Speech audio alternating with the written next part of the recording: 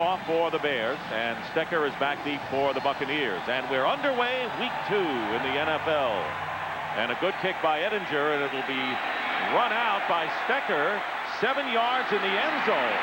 And Aaron Stecker takes it out to the 24-yard line. And now the Tampa Bay offense, as Matt mentioned, they have made some changes. Sean King with an impressive record as a starter. Only his second year. Up front, Pete Pearson, Randall McDaniel, Jeff Christie from the Vikings, both of them. Frank Middleton and Jerry Wunsch, the right tackle. Warwick Dunn and Mike Allstott, the 1-2 punch in the backfield. Keyshawn Johnson, the newcomer, with Jacquez Green, Dave Moore, a dangerous tight end. First down, and the King will go to the air on the first play, and it's dropped by Green. He was open and couldn't hold on. Defensively for the Chicago Bears, and they're looking for a pass rush up front. Daniels, the newcomer from Seattle, with Wells, Flanagan, and Brian Robinson. Roosevelt Colvin and Warwick Holman, 2 second-year linebackers, flank the veteran Barry Minter. Thomas Smith, who came over from Buffalo, and Walt Harris are the corners. Tony Parrish and impressive rookie Mike Brown man the safety. Green will go in motion on 2nd and 10 from the 24, and King on the screen pass couldn't make the connection. Dunn was the intended receiver. Those of you sitting at home are going to look at Sean King and go, he's starting off 0 for 2, but as a matter of fact, he threw 2 excellent balls. That one, they tripped going back, and the first one was right where it had to be. Sean King is going to take a little bit more time developing. If you listen to Terry Bradshaw on the pregame show, he said something about this offense won't allow him to. And that's true at this point.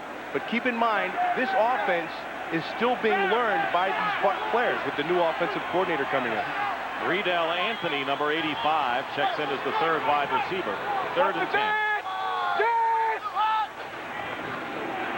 King from the shotgun, under pressure, and down he goes. A big loss on the play, back to the 11, and it was Frankie Smith, one of the extra defensive backs, who came on in, and it'll be 4th down. Well, the whole thing's made possible by coverage. You see Keyshawn Johnson back underneath. He had 3rd and 10, so he chose not to go there. You can see he looked left first. That's where Keyshawn was. Then he came back. He had to hold on to the ball a little bit longer because of the coverage, and because of that coverage, Frankie Smith can get there. A loss of 11 yards on the play. Mark Royals will be kicking from the end zone, and Glenn Milburn, who's dangerous, goes back to his own 41-yard line. And the Buccaneers, with tremendous coverage, do not let Milburn get loose. Alsherman Singleton, as he usually does, makes the play on special teams. So now the Bears on offense. And Cade McNown, who comes in after the first week, the 2nd leading passer and the 6th leading rusher in the NFC. 3 touchdowns last week. Rockermeyer, Todd Perry, Olin Kreutz, Chris Valerio, and James Williams. Curtis Enos and James Allen in the back. Ingram and Marcus Robinson, the wide receiver. And with John Allred inactive, the tight end is Alonzo Mays. And there is the screen to Marcus Robinson. And a 1st down into Buccaneer territory to the 44. Damian Robinson after an 11-yard pickup. Arguably the best defense in the NFL. Marcus Jones, Warren Sapp, Anthony McCarlin, who replaced Culpepper. Quarles, Duncan, and Brooks, the linebackers. Rondy Barber and Donnie Abraham man the corners. John Lynch and Damian Robinson, the safety. There's a lineman right there lined up as the fullback for Curtis Enos. Weigman. And Curtis Enos, who only carried 4 times last week, picks up 9 yards on his first carry today and gets it to the 35-yard line with Abraham and Robinson. You can see number 60 right there, and he's going to take you right to the football, because the one thing we mentioned right at the start of the game is you can run on this Buck defense. And the way to do it is to power people. The offensive line, you have to stay on your blocks, and then you take the big back Enos behind Weigman. Heck, you pick up 8 yards. 2nd and 1. First drive of the game, and the play action McNown has time, and he throws underneath. It'll be enough for the first down to James Allen, who carried more and gained more, actually 60 yards last week. Derek Brooks making the stop, and it's a first down for the Bears. Dick, you and I have talked about this Tampa Bay defense for a few years now. Cade McNown is going to have to learn quick the way to beat it. The way to beat it is to stay patient. And he's an aggressive kid, and he wants to make plays, and you like that. But you have to temper him. You have to be patiently aggressive. Marty Booker and Eddie Kennison are in at wide receiver, and the handoff is to James Allen. Allen dives forward to just inside the 30-yard line, and Brooks makes the tackle again. You know, I mentioned about the defensive line and how they're not very big, and if you look at them, they're not a real tall group. The ends are tall, but the inside guys are stout. Sapp and McFarland, you know, they're three, and they can drop their anchors. Where they don't have the real size is in the linebackers. They're built for speed. This is a running group, and if you can get to that second level, you can power them. Rookie Des White, number 80, who was inactive last week. There are 5 receivers in an empty backfield going out, and the pressure on McNown, and he's not going to get away. Sandwiched by the Buccaneer defense. Ronde Barber was the first one in. That's a great call by Monty Kiffin, because Monty Kiffin knows the same thing. He's their defensive coordinator, and he's a feel guy. He coaches by feel, and that's why he likes to be down on the sideline. And he sees they're trying to get into a rhythm, so how do you break the rhythm? Simple. You add pressure. Ronde Barber comes unaccounted. Turn him over to the quarterback, you get a sack. Third down and 13.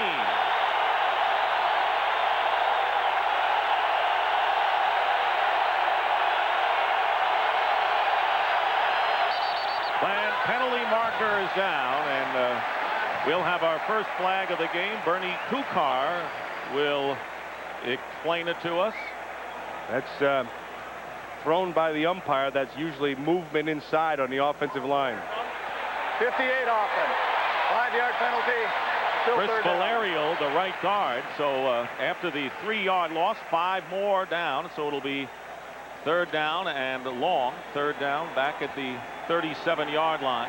So what McNown has to think here now is don't take them out of field goal position. It's going to be tough already. You're already talking about a 58-yarder. But you can get enough to put you in field goal spot. They're on the 41. McNown's pass, and it was intended for Marcus Robinson. And not a good throw, and there all of a sudden you see some temper flare. Big Cat Williams. Big Cat. Yep. Hey, the Cat isn't going to let you mess. And Chidi Ahanotu wants a piece of him too. That's a good job by the official. That's a no call. Just let him go, because there's a lot of emotion out there. And you have a young quarterback, and Big Cat's not going to let you get to him. Chidi Ahanotu hit him from behind, and who knows what goes on down there in the bottom of the pile, but the Cat wasn't buying it. Well, the Bears went with an empty backfield and 5 receivers, and that was all she wrote. The Tampa Bay defense made 3 terrific plays, and so Brent Bartholomew will be kicking, and the ball bouncing at the 1, and the Bears are able to keep it in play, and that was Brian Urlacher, very good, who saved it, the number 1 draft pick, the linebacker. That's a big play, Dick. Very big play. Pinned them back inside their own 10. By Southwest Airlines, proud sponsor of the NFL and official airline of the Super Bowl. The Pirate ship, one of the many decorations here at Raymond James Stadium, and the Bucs hope that Sean King can decorate the scoreboard with some points, although he's got his work cut out for him starting on the 3. Remember, Dick, they changed offensive coordinators. Shula's gone, Les Steckel is in. They started this game with 3 consecutive passes, which you'd say has gone away from their strength as they were running to. But they open here with 2 tight ends on their second possession, and Mike Allstott's first carry of the game brings it out to about the 8. Dick, I want to show you what happens. This is the ump cam. This is what the umpire is looking at. This is a perfect example of why the second guy usually gets the flag. Umpire turns, looks downfield, which he has to. Now he feels something going on, and what do you see? You see Big Cat burying somebody. And then you see all the talking going on. There's Olin Kreutz and all that stuff going on. There's a Cat pushing. The point is, something happened previous. By the time the official looks, you don't see the first one. And the handoff again to Allstott, but the Bears are right there, and the running back from Joliet, Illinois gets no gain on the play, and that will bring up the 3rd down and 5 for the Buccaneers. The Bears had good field position after holding in the Buccaneers before and looking for the same result this time. Brad Culpepper spurned by the Buccaneers a couple of weeks before the opener and signed a few days ago, and his personal life with all of the moving with the young kids has been crazy, trying to learn a new defense, and he's in there now at 3rd and 5. But he knows that he's a professional and he knows how to play. And there is King, and King's pass is incomplete. The crowd will yell for a flag on Keyshawn Johnson, and the question is, was that pass catchable? Thomas Smith was covering on the play and pressure on King. He did have, and he's working outside on Thomas Smith. Nice job of getting. That's fine. There's nothing wrong with that. That's a good job by Thomas Smith. But I want you to watch Clyde Simmons. Clyde's working on the inside and just powered the guard. Just blew right through him and got good pressure and forced that ball to come quick. So once again, Tony Dungy's Buccaneers having the kick from the end zone. Mark Royals, first kick 47 yards, and Glenn Milburn, who's the last member of the Bears active squad to score a touchdown. He bobbles the ball but falls on it, and the Bears will get it, but they will start this possession in Buccaneer territory. No score, 8:52 to go with the first.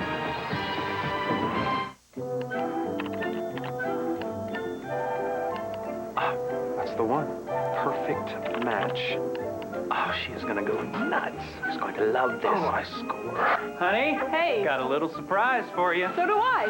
I actually found someone to buy this old Team. It's also their starting corner. When you get out wide, you have to have a plan, and especially when you're going against 2 veterans, as Thomas Smith, 25, and Sean Wooden. And sometimes all the experience and the best plans don't make a difference, because sometimes they get you, and sometimes you get them. And Cade McNown looking to get somebody here after a prolific first game at Minnesota in defeat. The Bears, first possession was their own 45. Now they're on the 47-yard line. Dick Duran beginning his 2nd year, and a very low-key but confident and proficient coach. And a good teacher. And as a matter of fact, Dick Duran and Tony Dungy are the same guy. And that's why they'll do well. Both are doing well. Casey Wegman, as you pointed out, the blocking back on first down, and a handoff to Curtis Enos. He breaks a tackle, and Enos barrels his way to the 40-yard line and a gain of 7. The guy, I'm watching the tape of Curtis Enos, and I'm a little baffled, to be honest with you, about why people are saying they're phasing him out of the offense. He's not the right guy for this. I disagree. I think this guy is just now going to start to be the kind of back that I expected.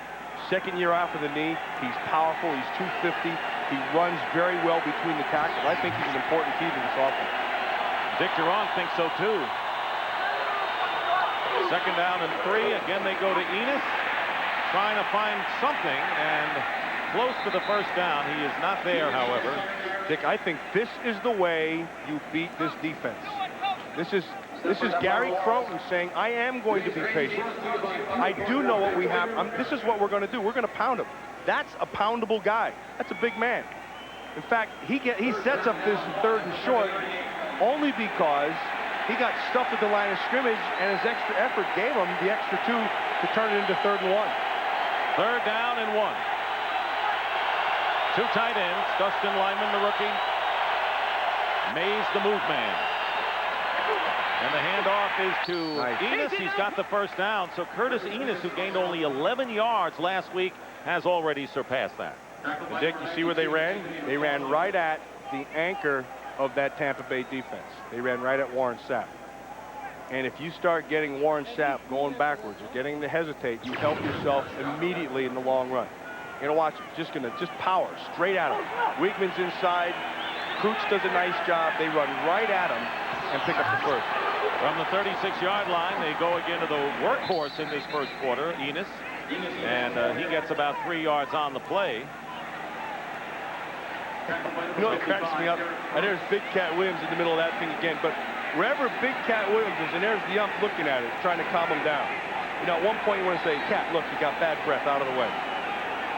He's going to try to calm them down. You let them play.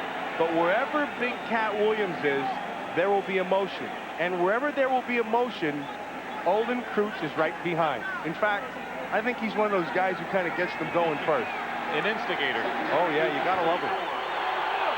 James Allen comes in as the running back on 2nd and 8.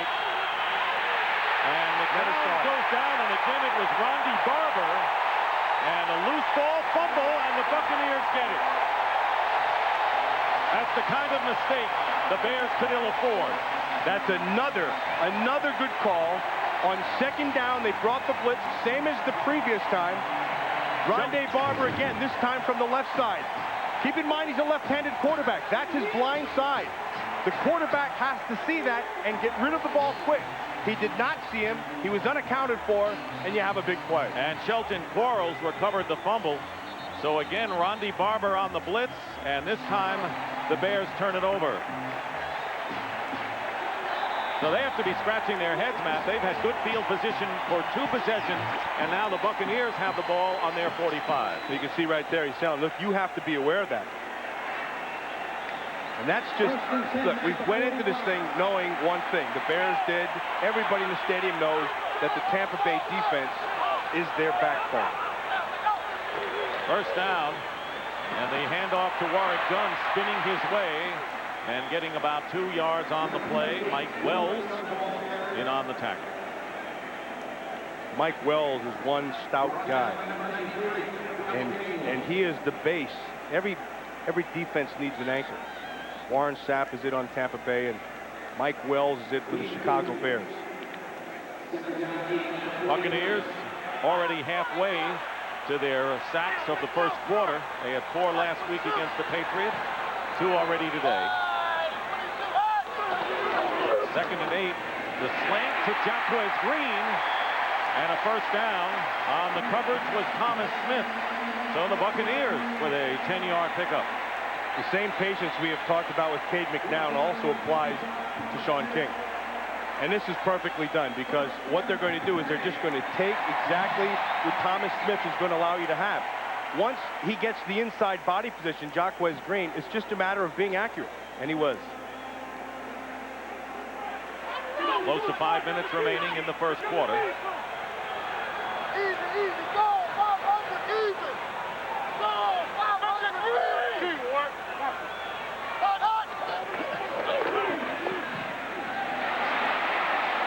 Green to Warwick Dunn, and out of bounds after a minimal gain. Barry Minter on the coverage.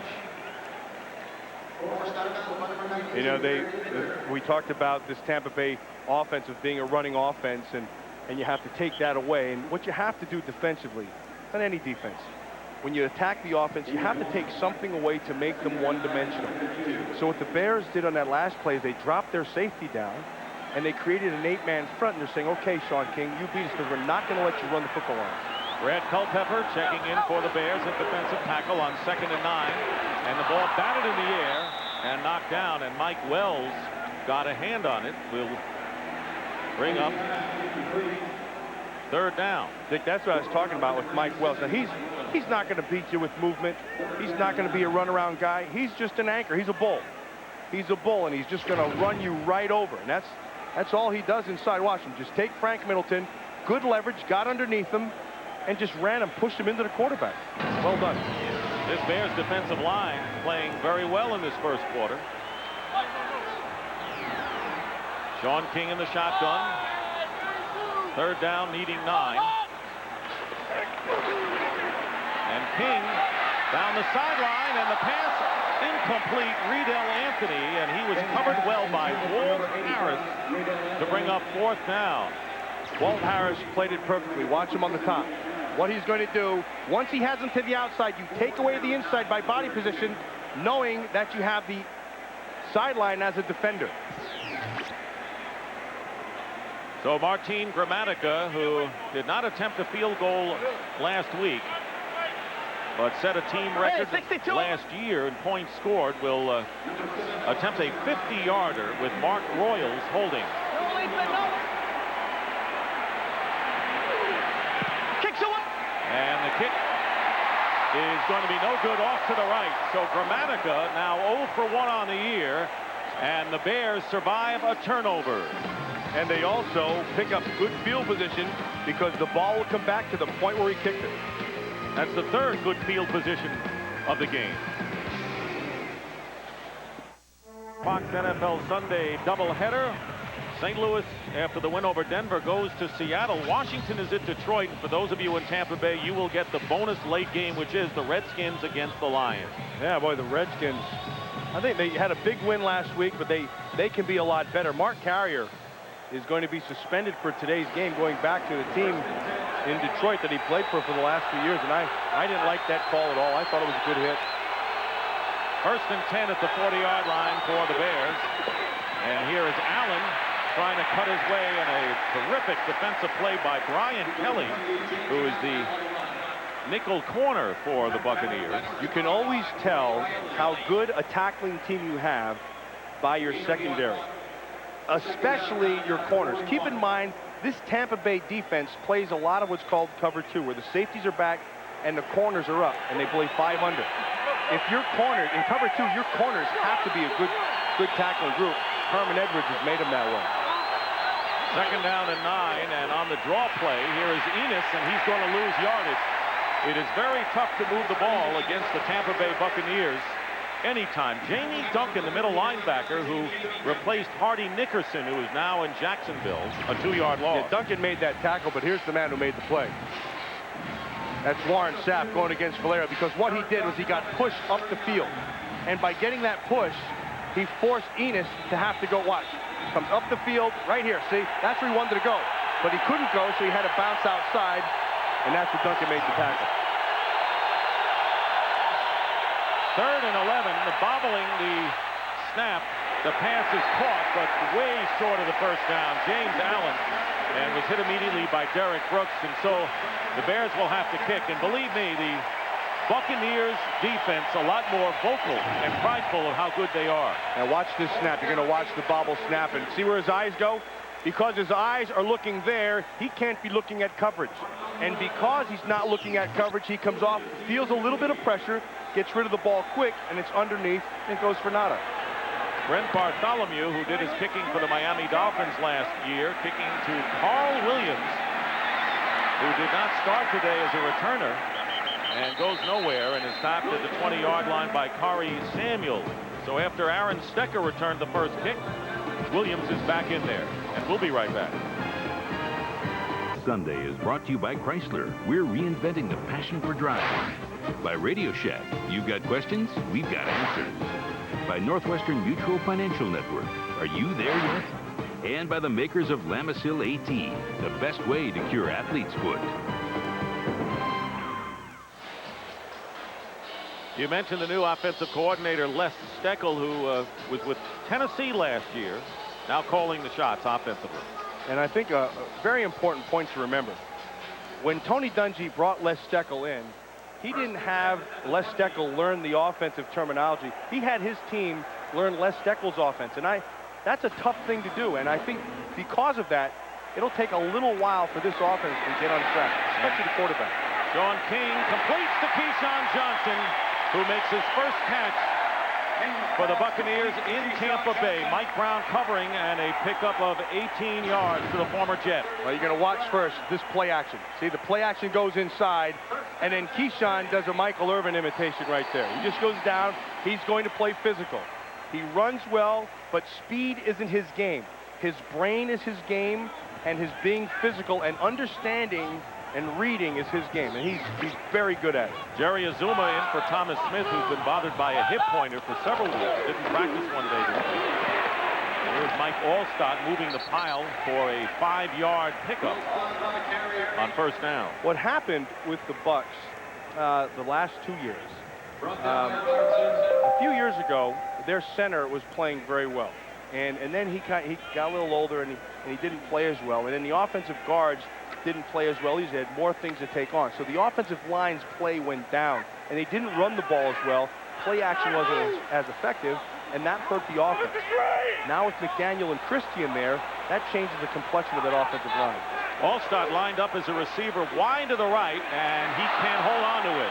He was there, and that would have been a first down for Tampa Bay. So the Bucs are taking a page from the Bears book. Here's the three guys that they infused into this offense. As you can see, Keyshawn, Randall McDaniel, and Jeff Christie. A lot of Pro Bowl, a lot of experience, but more than that, a better understanding of how this game is played. Heck, I was talking to Keyshawn Johnson about those two linemen. He said, they're nasty. He said, that's the way linemen are supposed to be. Keyshawn adding the spark, hopefully, and certainly the personality to this offense. 3rd down and 5. King sacked. And that is Philip Daniels, the former Seattle Seahawk, and that is the 2nd time the Bears have gotten to young Sean King. Yeah, and that's the 2nd time he's going to come from this side right over here. It's the 2nd time that Randall McDaniel was picking up the stunt, let him get to the inside. See, their levels were not right with Pete Pearson. His levels, he was too even, and Daniels got to that inside shoulder. Once you're even, you're beat. He just had to push it, and he got the sack. Mark Royals will kick for the 3rd time, and Glenn Milburn back deep for the Bears. With less than a half a minute remaining in the 3rd quarter, Milburn fields it inside the 10-yard line. And will bring it out shy of the 30-yard line with only 15 seconds to go in a scoreless 1st quarter. In practice, he wants to do the scout team, anything to be involved. He'll run it all, and that's what I was talking about being a smart player. Because, you know, your job doesn't end when you're on the field. When the play's over, you come to the sideline. That's where the most football is taken care of, is on the sideline.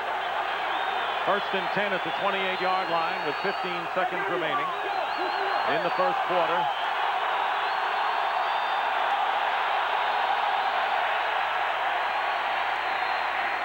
And a completed pass to the 35-yard line to Alonzo Mays, the tight end, and the time will run out. So the Bears still have not managed an offensive touchdown in now 11 quarters against the Bucs. But they're in the game, very much so. And that is the end of the 1st with the score. The Bears nothing and the Buccaneers nothing. This Fox NFL Sunday from Tampa will continue after these messages. Those scores, we start the 2nd quarter, or look at the 1st quarter statistics. We'll just take a look at it. I think it's pretty even. And the biggest thing here was just this one turnover, but the Bears were able to turn him back with a missed field goal. It's just a solid game on both sides. Sean Wooden with a hamstring problem. You saw him go into the locker room, and they'll tape him up. And a flag is down before the first play can be run, and it's going to be delay of the game, apparently. That's inexcusable coming out of the end of the quarter. That shouldn't happen. Everything should have been taken care of. Get out there, get at the line of scrimmage, and make the snap. That should not happen.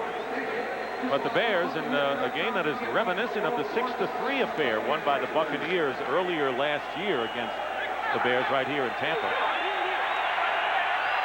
Macy Brooks, a wide receiver lining up as a tight end, number 83, actually spread out. And the pass is tipped and intercepted. And the Bucs defense gets it back. Donnie Abraham makes the interception. That's on McNown. There was no touch there. The ball came out quick, and the reason it came out quick is because he felt a little bit of pressure inside. But the Bucs have been coming after him with a little bit of pressure, and he's gotten there twice.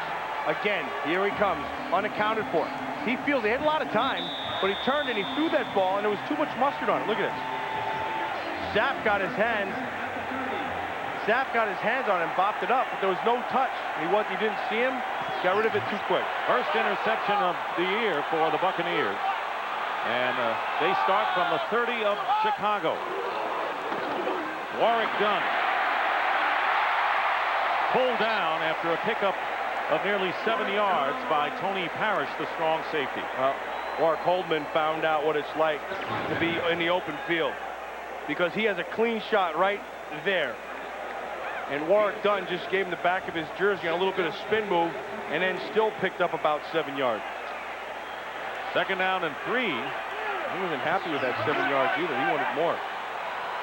The Bears withstood the first turnover in the first quarter, but this may be tougher. Mike Allstott off tackle for the first down inside the Bears 20. I want to show you how you finish a run, Dick. On every hit, there's a point of contact. And then the guy who finishes it, either the defender or the running back, they'll finish. Watch Allstott on this. This is called finishing the run. You know there's going to be that point of impact. Boom, right there. Lower and drives. And he ran right through Minder, right there. See, he was a little lower. His pad level was low, and he ran right through him. Here's Mike Allstott. Talk about a guy who can pound you inside the 10-yard line. Still short of the first down, but the Buccaneers are going to their bread and butter, Dunn and Allstott, as they threaten to score here. We talked about the infusion of new guys, and Jeff Christie, the center, is one of them. Last year with Tony Mayberry, they couldn't do this. And what they're going to do, you see the center moving right in front of you. See him, 62? They can pull him and get him to the edge. And he blocks Barry Minder. They weren't able to do that last year. Second down and 2, Allstott. And Allstott leans forward and may have the first down with that second effort.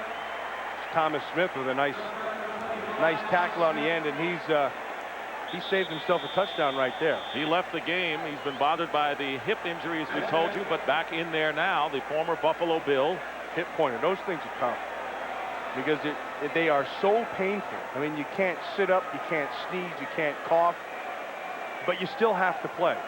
And so you just have to gut out the pain. And it's a first down for the Buccaneers. So first and goal for Tampa Bay. You know, the Bears are playing the Buccaneers even and really giving Tampa Bay a bonus with those turnovers so far.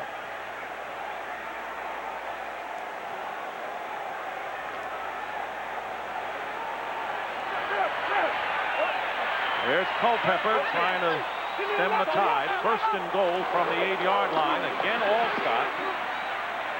He ran right into Brad Culpepper down inside. It was a good job by Culpepper. It's got to be tough for him. Got to be tough. You know, he was firmly entrenched here. He's a big part of the community. He's a leader in the locker room. And then it came, you know, blindsided him. He didn't see it coming at all. And now he's going to go. He's going to line up against the guy who he was just practicing against just a few weeks ago. And that man there, Warren Sapp, they were like, you know, they were like two peas in a pod. They were together all the time. Second and goal at the 7. Todd Yoder, the undrafted rookie, tight end, number 80, checks in. And they're going to go to Allstott again, and the Bears knock him back for a loss on the play. Mike Brown coming up from the free safety position, and that will bring up third down and goal. Mike Brown is an easy player to like, and he's just a rookie.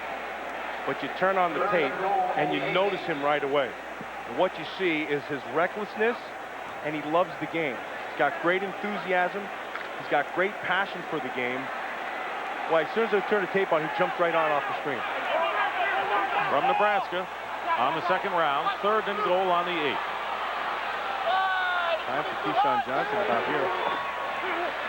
And there's Sean King, nowhere to go, and he'll be stopped at the 5. So the Chicago Bears stiffen for the second time after allowing a turnover. Brian Urlacher was involved. Well, this is where he was looking. He was looking to Keyshawn, and he had it. You see, I want you to watch Sean King's eyes. Keep in mind, he was on the left side. Look right where he's looking. He's looking right over there to that left side, and had he had one more step, he would have had the throw, because Keyshawn had the position on Walt Harris. So Martin Gramatica, who missed a 50-yarder in the first quarter, this will be from 23 yards out. And the kick is good. So the Buccaneers, taking advantage of their first interception of the year, have drawn first blood and lead the Bears 3-0. Makers of the 2001 Montero, wake up and drive. By MSN, enjoy the everyday weather. By Levi's Jeans, make them your own. And by Energizer E-Square, the battery with a heart of titanium. Tampa Bay Buccaneers leading 3-0 on the 23-yard field goal by Martin Gramatica after the interception by Johnny Abraham. All running plays, mostly to Mike Allstott. There's Glenn Milburn back to receive. Into the end zone, about 4 yards out. Milburn looking for an opening. Flag is down, and now Milburn is down at the 33-yard line. Gramatica came in and actually gets credit for the kicker, and it will go against the Bears. And now he is limping off after coming up and making the play on Milburn. Either his head is messed up or his helmet's twisted. He must have taken. Let's hope it's the helmet. I think it is the helmet. Well, he took a shame. He's not a big guy. He's a little guy. Holding 23 of the return team during the run back. Half the distance to the goal, first down. Jerry Azuma holding. He almost looking out his right ear hole. Watch Martin Gramatica. He may have his head messed up, but he was very instrumental in making that tackle.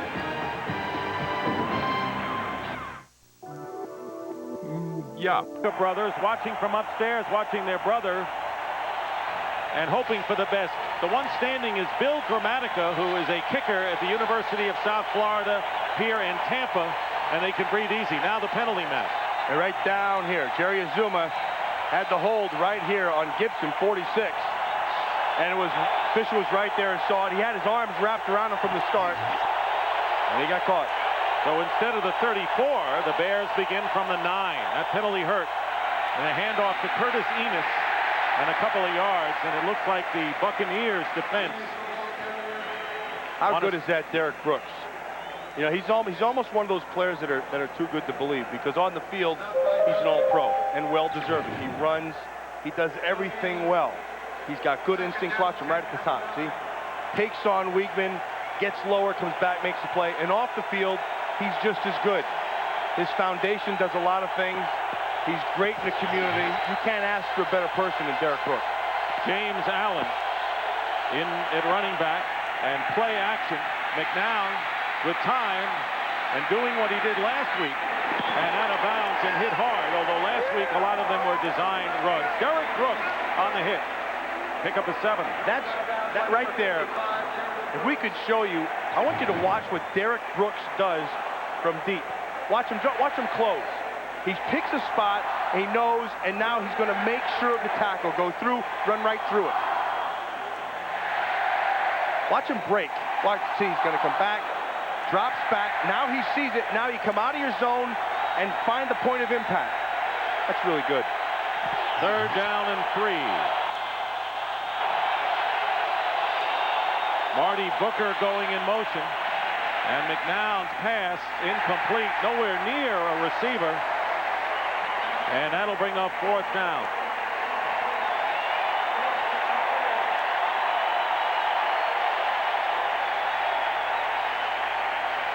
Cade McNown's got to settle himself down.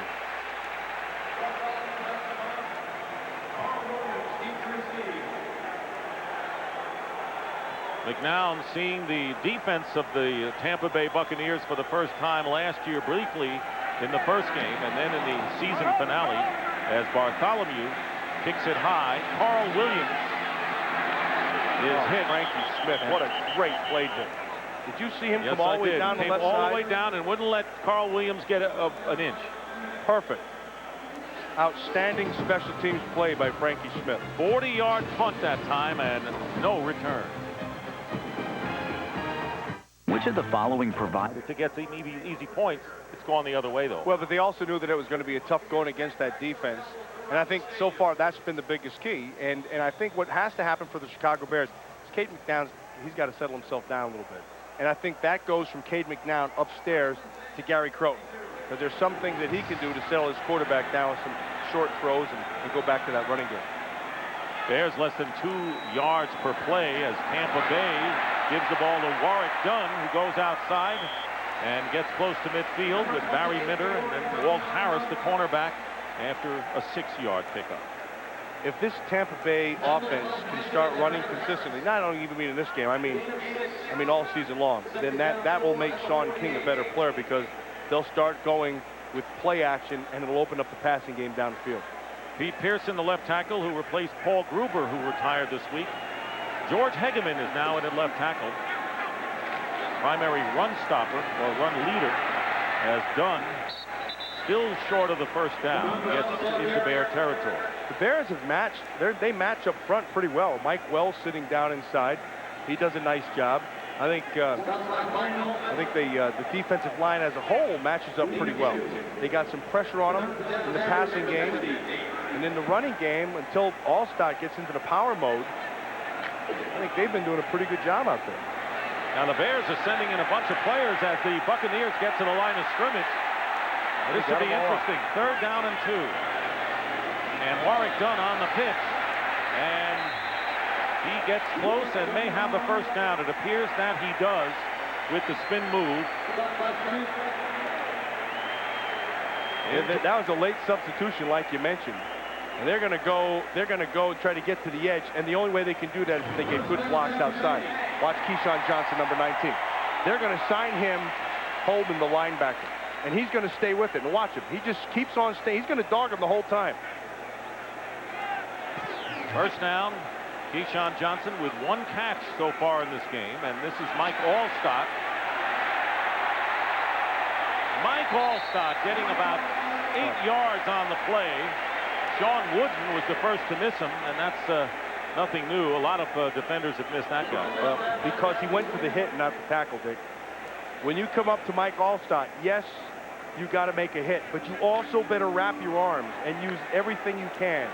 It's okay to get run over as long as he goes down, but it's not good to make a hit, bounce off, and he doesn't go anywhere except forward. And a running offense for Tampa Bay, but not this time, as Allstott ganged up by several blue shirts led by Warwick Holdman, the outside linebacker. No gain. Now, they've only gone to Keyshawn Johnson 2 times here in this offense, and so much has been talked about how he makes a difference. See, the part that people forget is that this guy's a football player, and he doesn't care if they only throw it to him 2 times. He will block his rear end off to try to make something else happen. If you watch him and you have a chance to look at him from a big picture, he's always working. He's working the field constantly. I think he's an extremely complete player. What he lacks is great speed.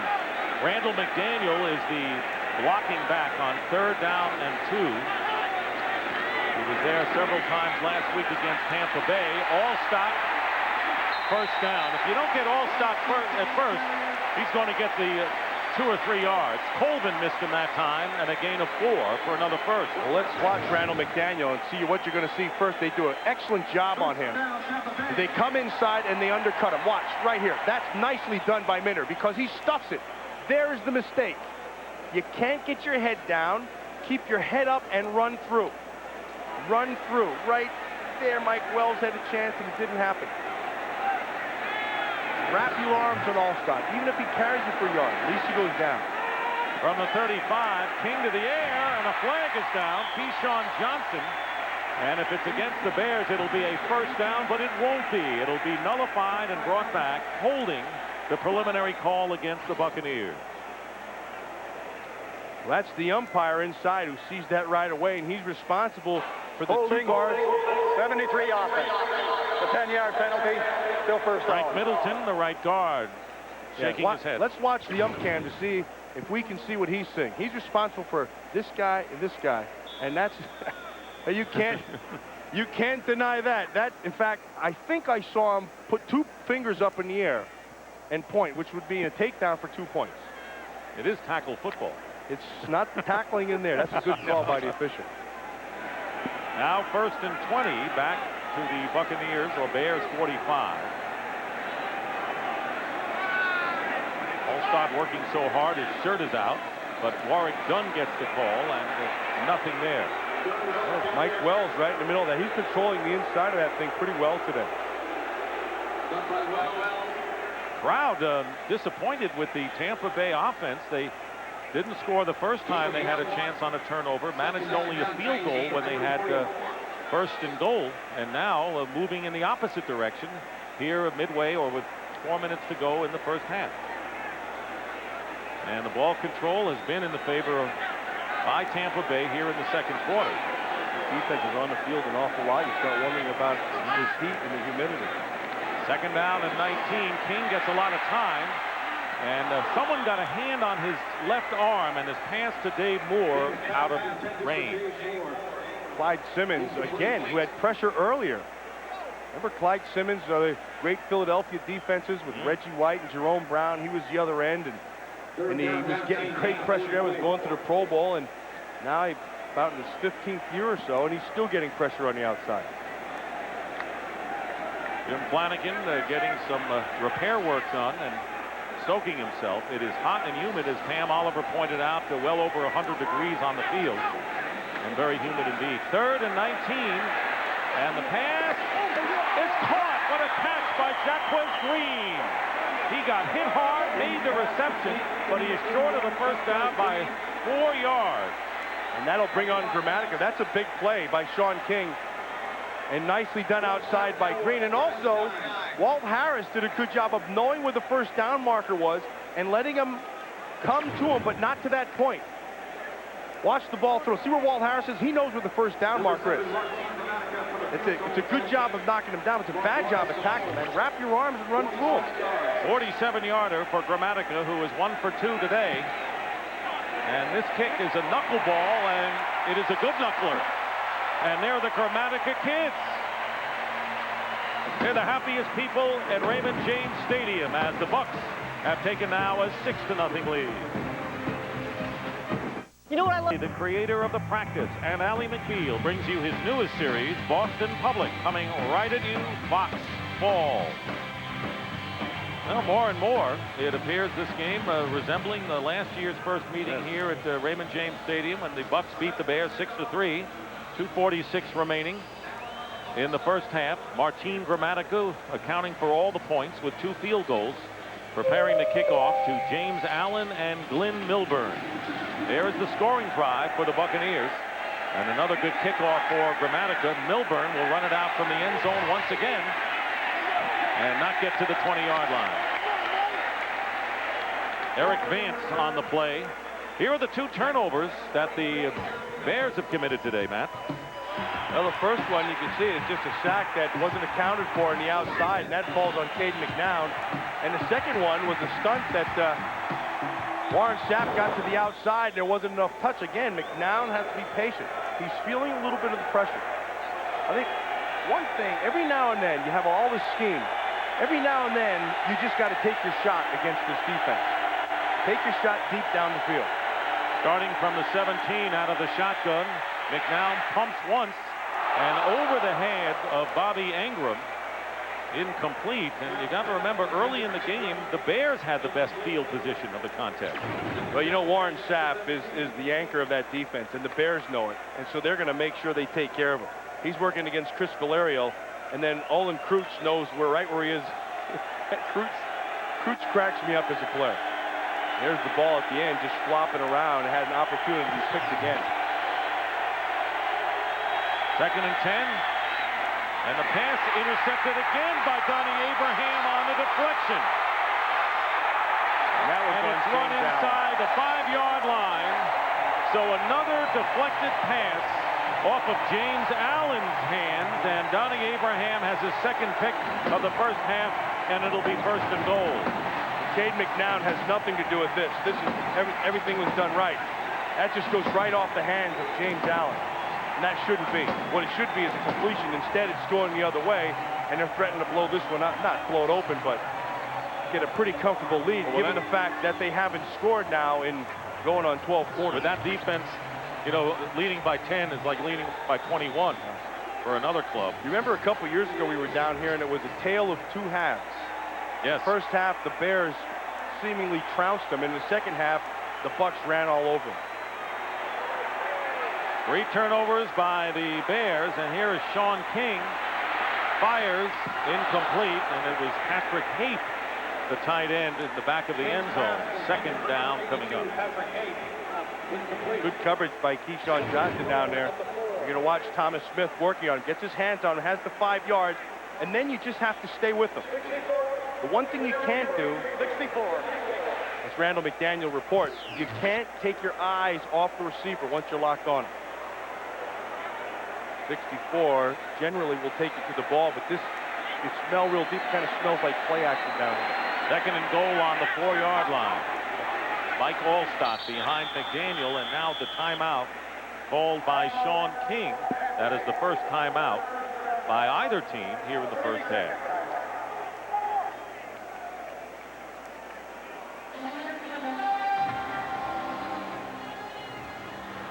Keyshawn Johnson's down there, and he's working the huddle, and he also works all the time when he's on the field. He knows where he's at. He knows the defense.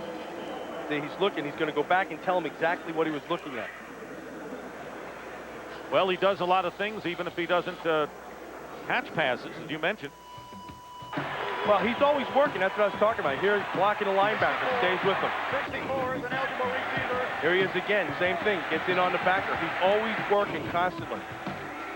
Now he's going to be working on the defensive back. Can't touch his head. I'm going to have to tell him about that afterwards.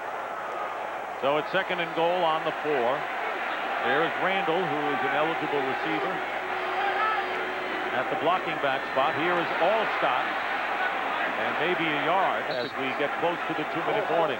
That's an excellent job with the left defensive side of stuffing that offensive line. You're not allowing that fullback or the running back to get any kind of head of steam. From around the league, and our Fox Sports ticker will have up to the second stats.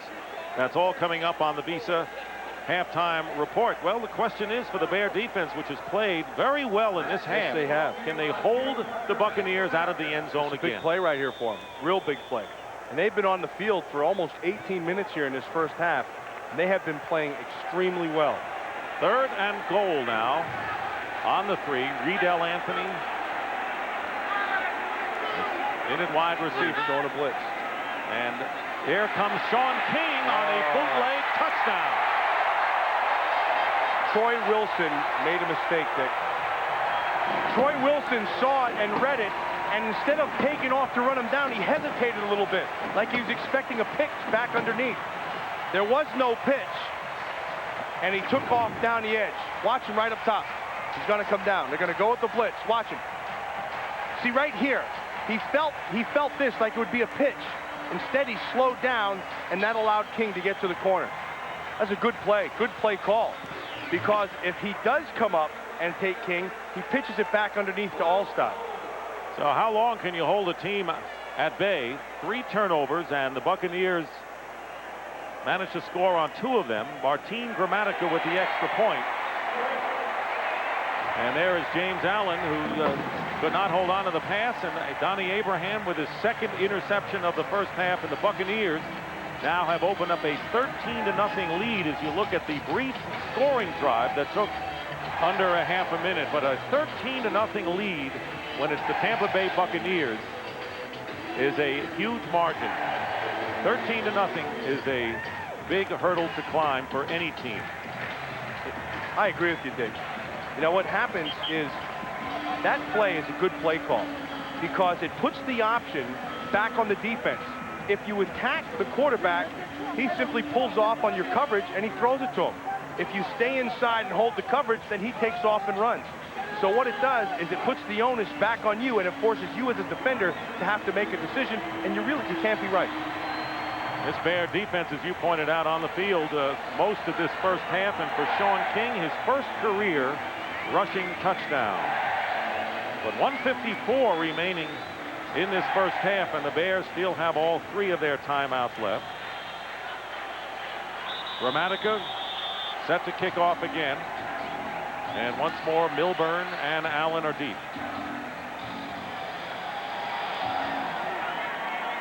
His kick shorter than the others for Gramatica, and Milburn on the return and tripped up. A fine special teams play by David Gibson after a return of 18 yards, a rookie from USC. Well, Fox Major League Baseball continues. Cubs and Cardinals. That means Sammy Sosa. Cardinals have a comfortable lead in the Central Division. Indians and Yankees, both seemingly playoff bound, coming up this week. And then the Braves and the Diamondbacks. 3:30 p.m., 12:30 Pacific. Check your local listings as we get down to playoff time in the Major Leagues. Dave McNown Flag is down. Looked like he was signaling for a timeout.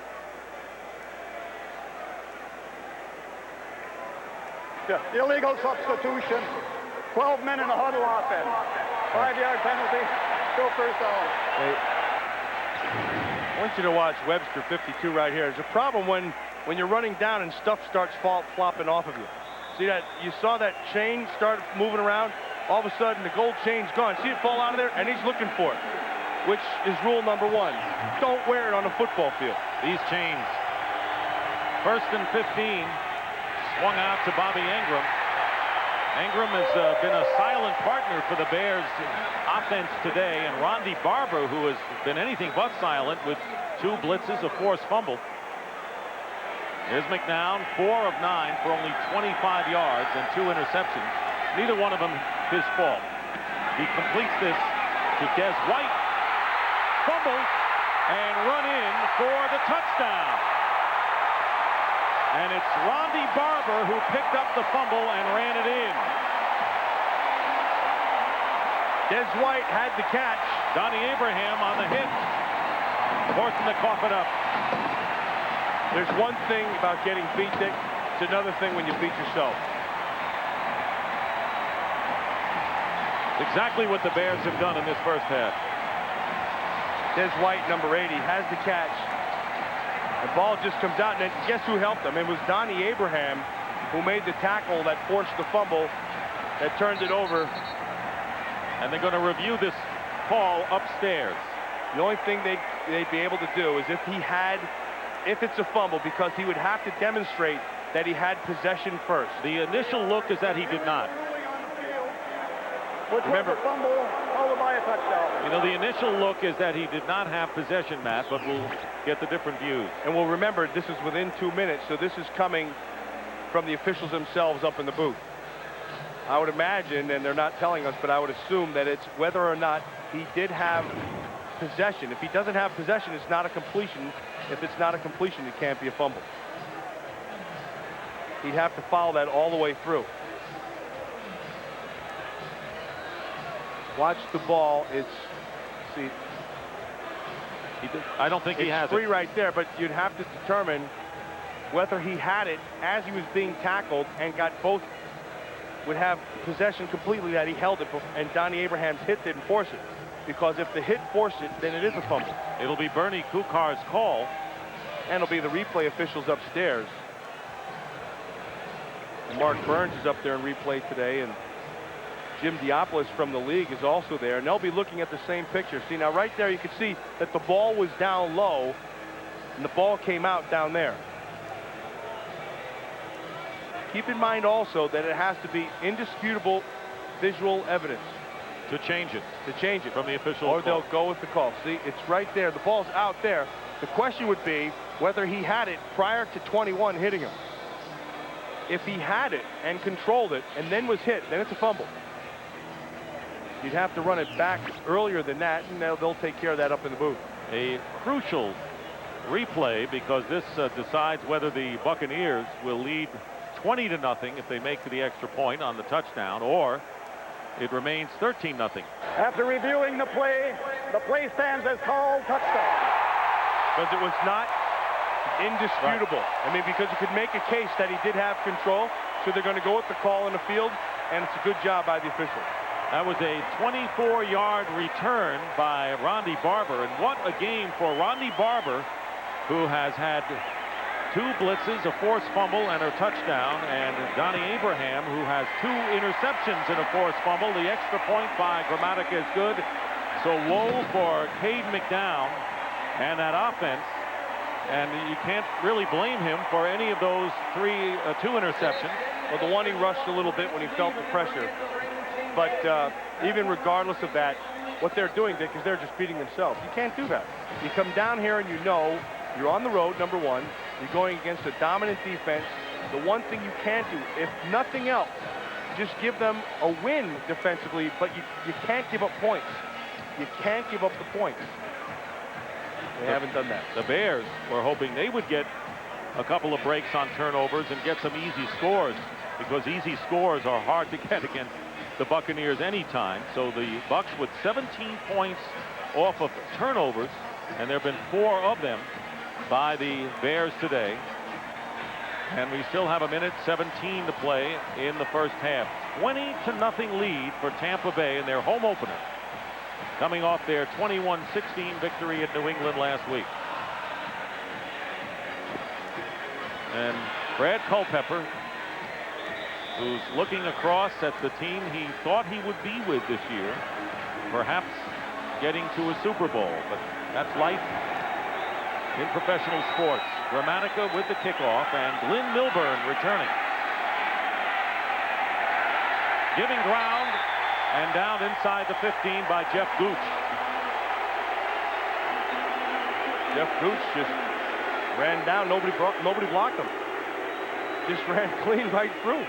Didn't lose a gold chain, didn't lose anything, just went ahead and made the tackle. Now what's critical for the Bears is can they keep their poise? And I think that falls on his shoulders right there, Cade McNown, because let's be honest, everything that could go wrong for you went wrong for you. You're down by 20. You haven't gotten on track. They've pressured you with success. You made a couple of questionable decisions. First down at the 18. Curtis Enos is the setback.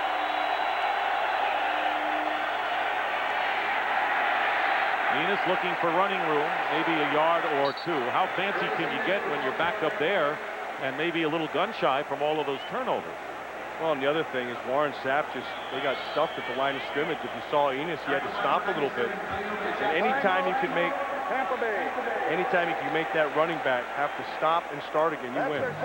Buccaneers calling their second timeout, so they have 1 left, and of course stopping the clock in hopes of getting the ball back for perhaps another score. The Bears offense, no touchdowns against Tampa Bay in the last 12 quarters. The last player to score a touchdown offensively, Curtis Conway, back in November of 1998. Glenn Milburn, the last player who's on the field wearing the blue and orange, who scored a touchdown against the Bucs.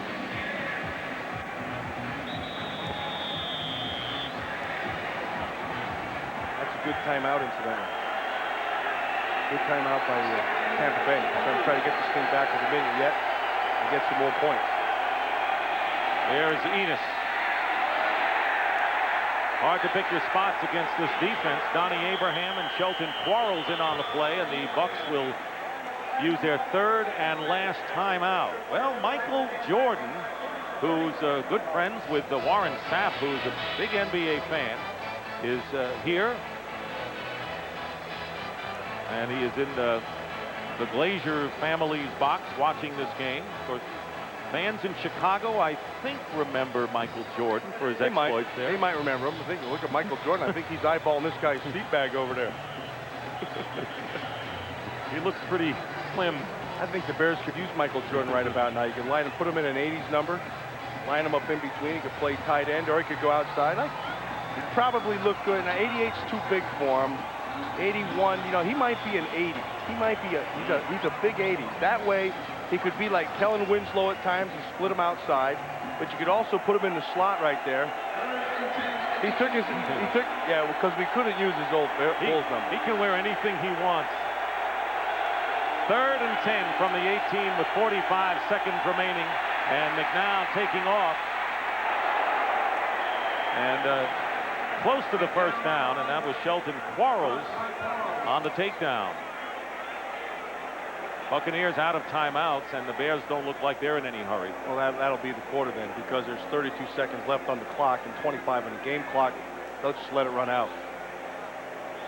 Well, an unfortunate first half for the Bears, and if you were to say the Bears played good football, you'd say, how can you say that? They're down 20-0, but they really did, but the turnovers have really shot them in the foot. Defensively, they played very well in this first half. Offensively, they just made the mistakes that just kicked them in the groin. And that is the end of the first half with the score, the Bucs 20 and the Bears nothing. Fox NFL Sunday will continue from Tampa after these messages and a word from your local Fox station.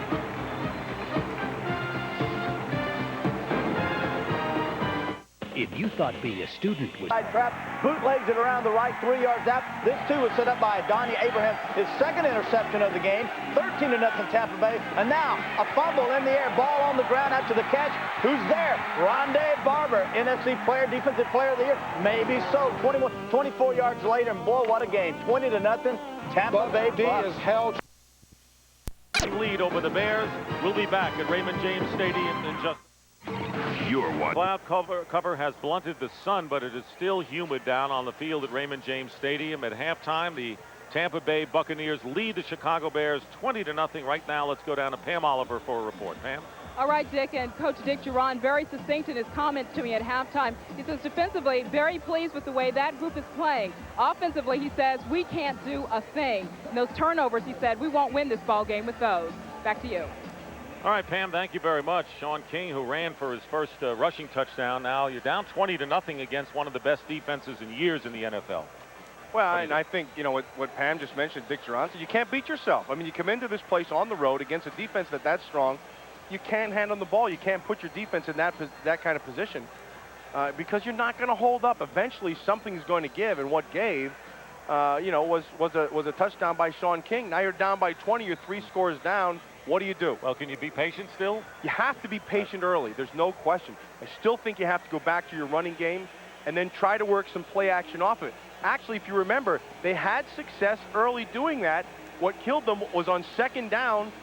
Monty Kiffin, the defensive coordinator, he came with a couple blitzes, and that knocked him in the teeth. Other than that, they were doing pretty well. Remember, the Bears had great field position for their first 3 possessions and couldn't get anything going. But let's see what Cade McNown in his second year from UCLA will do here. He'll get the ball first. He got out of sync, Dick, you remember? Yes, he did. Yes, he did. And it happened when he had that empty backfield and that first blitz. And in that situation, he's got to know there's nobody there to help him. He's got to pick it up himself. Gramatica with the second half kickoff. Glenn Milburn, a yard in the end zone. As the sun comes out brightly here in Tampa. And Milburn carries it to past the 30-yard line as we look at the halftime numbers. Well, I think the biggest thing, you already have them highlighted right here, the turnovers and the points off of turnovers. And then I think you have to look at this almost 18 minutes that the Bear defense is on the field. Everything else is, you know, they've played well. They have not played poorly, but they beat themselves. Look at the receiving story, how prolific they were last week against New England. Only 2 catches. Ingram from minus yardage so far today. Well, they got Wigman in the backfield again right here. First down at the 32-yard line. Curtis Enis, the running back, but the pass knocked away, intended for Marcus Robinson and Donnie Abraham. Abraham and Rondé Barber are the 2 stars of the first half. They're out of sync. He's going to watch Robinson. He makes his comeback. The ball's got to be there. He waited too long. Either he had to push that a little bit more, or the ball's got to get out there quicker. One of the 2 is off. Either Marcus Robinson cut it short, or the ball didn't come out quick enough. Big first half for Donnie Abraham, the best cover corner the Bucs have. To the air again. This time it is complete to Robinson. First down at the 46 for the Bears. There's no question, as I look at that last play, that's one of the points you have to do against this Buc defense. Is you have, and teams who have success do this. They get rid of the ball quick. Don't hold on to the ball. Think back to the championship game last year with Kurt Warner. That ball came out fast, and they had some success. That was a 14-yard pickup. And again, McNown going to the air, gets protection. Can he find a receiver? He can't, takes off, and is going to be decked by Derek Brooks. Nothing new there. The speed of the Buc defense is always going to get you. But you have your own speed, and there's a way to use your speed against their speed. And so what you can do is you can create. If you're going to start getting pressure, use McNown's speed. Create a little extra time. Buy some time by rolling them, and then try to put your receivers in a position to run away from coverage. The more he's hit, the better he plays. So far, the Bears waiting to see him play better. Curtis Enis into the line and stuffed John Lynch, who, by the way, not 100% starting this game. He has been injured, nursing a bruised thigh, which is still bothering him. But third down and long coming up for Chicago. He still brings all of what he has in every hit. And he has good hits, and he lowers them, and bang, He's one of those guys like Jack Tatum who can really give you a shot.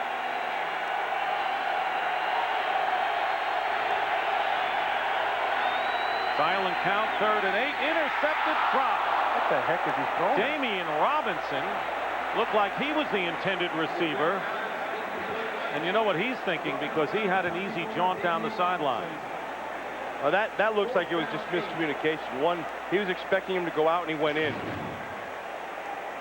He had the time. He just stepped him through, and you can see the receiver broke to the inside. Robinson just hanging outside in the zone. 4th down, and that was the 5th turnover really waiting to happen. Bartholomew with the kick. Carl Williams calls for the fair catch inside the 10-yard line. So the Bears come up empty on their first possession. The Buccaneers leading by 20. It's brought to you by Toyota, making it happen every day.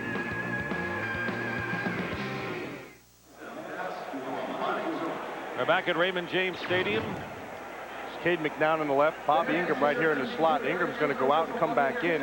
McNown is looking at it, and he's thinking that the receiver's going outside. Clearly open, miscommunication. It almost went the other way. Nothing happens in this next series. Just for the sake of change, I might think of Miller coming in to run that offense. Not a bad idea, just to see if he can get something going. Starting from the 10-yard line, Sean King and the Buccaneers, and his pass is caught by Jaquez Green, picking up about 6 or 7 yards on 1st down. Sean King he's not there yet, and you can see he's out of sync today too. His balls have been a little behind. He's not giving his receiver the chance to run and catch afterwards. They're having to slow down. Ball's been a little bit behind. 5 for 13 for 52 yards. Here is Mike Allstott getting by 2 tacklers and getting the first down to the 25. Mike Brown was one of them who couldn't grab Allstott, who can juke you despite his size. There are 2 things that people forget about Mike Allstott. First of all, he says he's a fullback, which they automatically think he's a blocker, and he's not a great blocker. The other thing is he's a running back, and he can make you miss. Minter, or rather Brown there, not wrapping his arms. Again, that's a mistake tacklers make. They try to hit him instead of tackle him. You pointed that out several times to the Bears' dismay today. First down from the 25, play action for Sean King, and he was going for Keyshawn Johnson, who claims he was held, but will get no call. He's looking for a call, and there's another call that could have been made up front. Wunsch is working on Brian Robinson. Robinson had an excellent pass rush on the inside. Watch him on the top side. They're going to work around this edge. Here comes Robinson working on Wunsch. Watch, he gets him, throws him, and see the hold? Pulled him right back inside. See, they didn't call that. They didn't see it. And here's Keyshawn working on back outside Thomas Smith, and he's looking for that. So I think, you get one on one side, you get one on the other, you let it play. Green in motion, 2nd and 10 at the 25. 2 tight ends for the Buccaneers. Short drop for King, and he gets it to Keyshawn. Bounces off a defender. Flag flies from deep in the secondary, and Keyshawn Johnson very close to a first down. Frankie Smith ultimately brought him down. See Brian Robinson on that play too, Dick? Yes. From up front in the pass rush, in transition, this will go against the Bears. He turned and hustled. Mistakes killing the Bears thus far.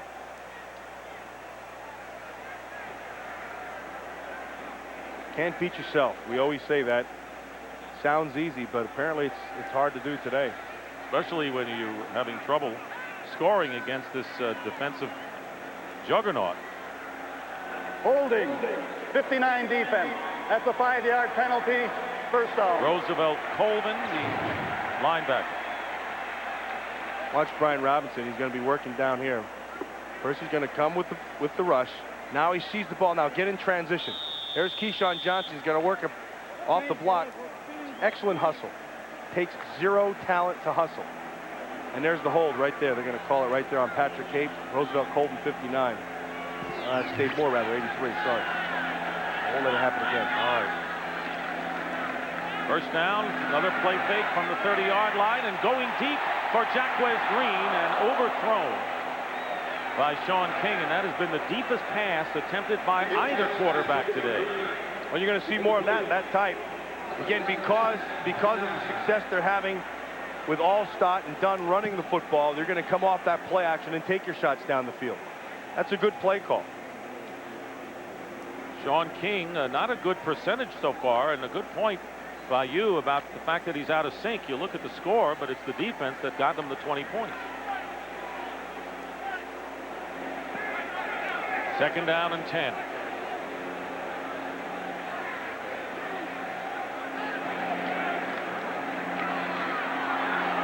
King going deep to the other side to Williams, and he makes the catch, and a flag is down as well. So the Truth reaches up and makes the reception, and a gain of 27 yards.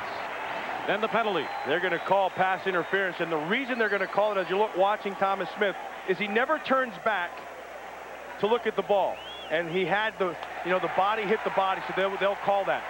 See right there, his head never turned back. Yeah, probably looked worse from where he was there than up here. You're right, Matt. They're going on play action to the deep stuff now. But regardless, just a heck of a catch. He goes up and makes that catch. It comes down. Even if there's no interference, it's still going to be a reception. Good effort. Caught one pass last week, his first reception this week, and a first down on the 43 of the Bears. Sean King to a wide open Patrick Hape.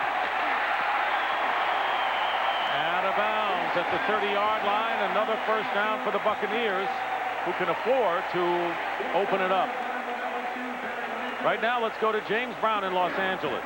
Hey, Dick and Matt, as you well know, Green Bay was shut out in the first half. Although Troy made that, Brett Favre has been throwing the ball extremely well. That, a 7-yard strike to Antonio Freeman. Up, no Lambeau leaping, somebody else is out. Back to Dick and Matt. They'll need more of that. That Green Bay defense got some pressure early, but they're not as strong as they have been in the past. They're going to have to do it offensively up there, which means Favre's going to have to get really high. Minnesota will have to do it offensively, too. I agree. First down at the 30 of the Bears.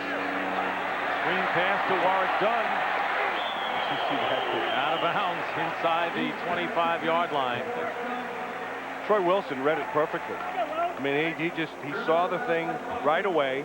But now you put yourself in a position, yeah, okay, I see it. Now what can I do about it? Because you get out in the open field against Warwick Dunn. And Warwick's one of those guys who can stop and start as well as anyone. So he just gives you a little bit of juke and then boom, and pretty soon he has the edge. Good effort, though, and good angle by Wilson to cut him off. 2nd and 6 at the 26. Crowd relaxing right now. They can feel the confidence that they have with a 20-0 lead almost midway through the third. Good opening for Warwick Dunn. To the 13-yard line, Warwick Dunn tackled by Mike Brown, and a gain of 13 yards, and an injured Bear back at the 30. I want you to watch Dave Moore right there. There's a nice block, and right there, Jeff Christie, who again, he pulled outside and got Minder, and because of that, watch, there goes Christie to the outside as you look at it from the ump cam. All of a sudden, you're going to see, ooh, Frank Middleton took a shot right there on Holman. And Roosevelt Colvin is shaken up, so we'll have an official's timeout. And we'll return to Raymond James Stadium in just a moment. Good plays about two things, recognition and then execution. I want you to watch this. Watch. There's the execution. They pick it up perfectly. And then it doesn't start and end with the offense. It also, if you watch the end of that play, goes over to the wide receivers. Keyshawn Johnson got a good block. And he likes to block. There is Warwick Dunn in motion to the top of your picture. First down from the 13-yard line. Sean King fires. Touchdown. Keyshawn first for the Bucs.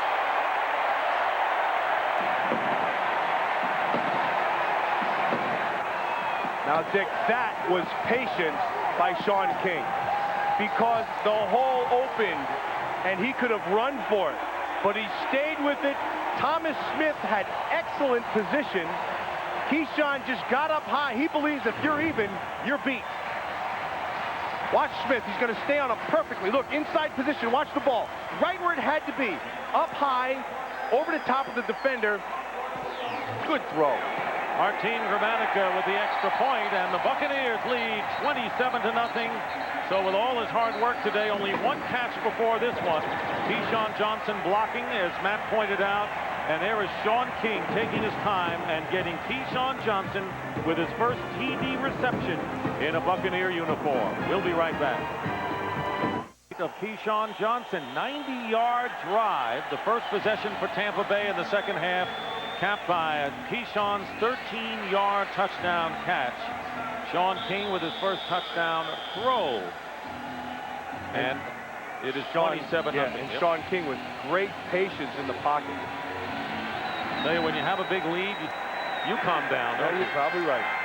Here's Glenn Milburn on the return. Bears trying to get something going some way, and they haven't been able to do it on the returns, and the offense has been stymied by 4 turnovers in the game. I'm going to show you how this patience manifests itself. Everybody spread out.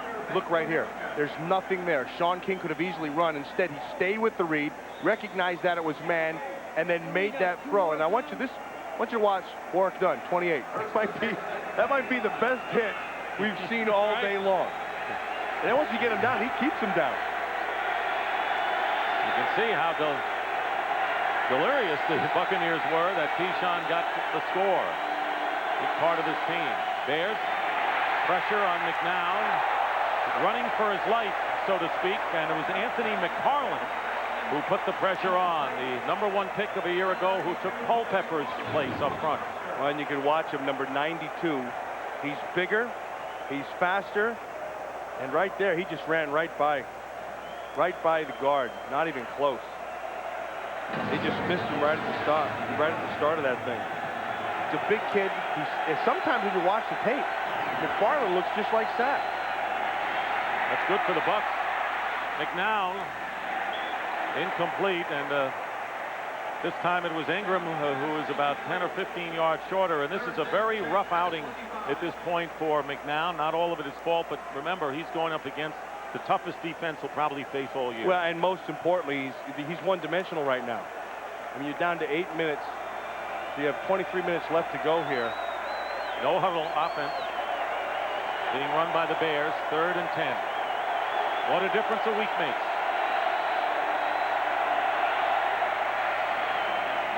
Dropped by Marty Booker. It's unbelievable.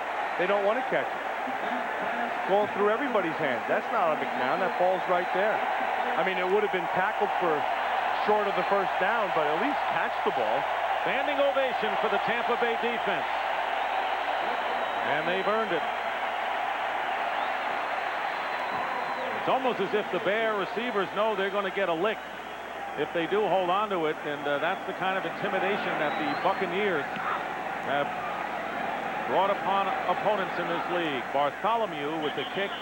Carl Williams at the 41-yard line retrieves it. Timeout. It's 27-0. West Airlines, proud sponsor of the NFL and official airline of the Super Bowl. By Budweiser, with the crisp, clean, refreshing taste you'll find in no other beer. By DirecTV, never miss a moment. And by Gateway. In Gateway country, people rule. Warren Sapp leading the Tampa Bay defense from up front, allowed only 66 yards, 4 takeaways, 2 sacks, a touchdown. And now Sean King showing patience, and the Bucs opening it up more on offense with a first down on their 42 and a 27-point lead. We'll go play action on first down, up the middle, and the pass is caught by Green, and Jacquez Green will score. No flags down on the field.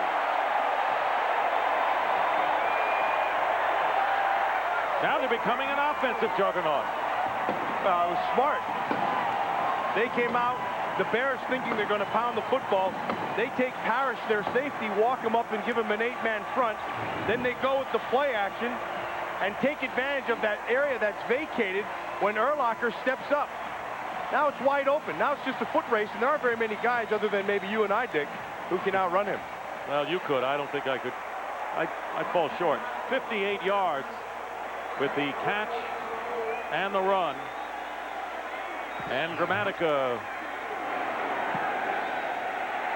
adding the 34th point of the game. 34-0 in favor of the Tampa Bay Buccaneers.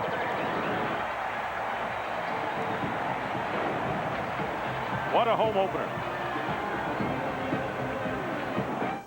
Competitive contest. We'll keep you updated on this one here, but we're going to take you to the New York Giants Philadelphia Eagles, where the Giants lead at 20-6. We'll join now the announcers, Sam Rosen and Bill Moss.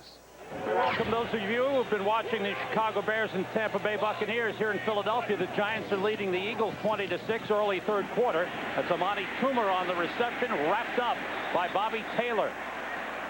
The Giants led at halftime.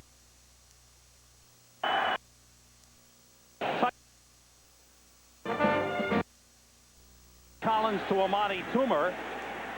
With the play action, they jump. Now look how deep. Look at this hole in here. That's where they get to. And then it's just the speed, and he's off. And then Jerry Wunsch, you know, he's so excited that they have the big play. He's running down there. Wait for him. He can't quite get to where he has to go. So he just grabs the quarterback and pats him on the head. By the time he gets here, he's looking for oxygen. We won't see him for a while. Bears first down and penalty marker down, and let's see if Big Cat guilty of a false start here.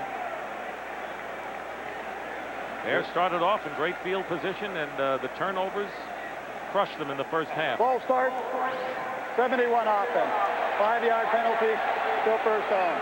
So Williams, 5-yard penalty. The Bears are not this bad of a team. I mean, the first half, I thought they played very well. Then they fell apart basically from the middle of the second quarter on. But it's clear to me that the young quarterback plays like a young quarterback. First and 15 with 5 wide receivers, and coming in to knock it away, Brian Kelly. Boy, this defense is showing why they're the only team that's a contender in the NFL, not based on offensive firepower, but defense that could get there. Well, see right now, McNown, he's throwing against the zone right there, and he came up looking. You can't do that. I mean, everybody's watching you. So he goes back and he stands there. He looks right out there to his left. Everybody breaks on the ball before he throws it. Second and 15, James Allen. And a good run by James Allen, picking up about 8 yards. Damian Robinson, more than 8 as a matter of fact. Robinson tackled a couple of yards shy of the first down, pickup of 12. We saw earlier where Monty Kiffin's down on the sideline. That's a departure from a year ago when he was up in the booth, and he's just talking to me earlier before the game, just saying I had to be down there because there's so many things I have to say to the players. I want to make sure they get it. Can't beat that communication one-on-one. Third down and 2.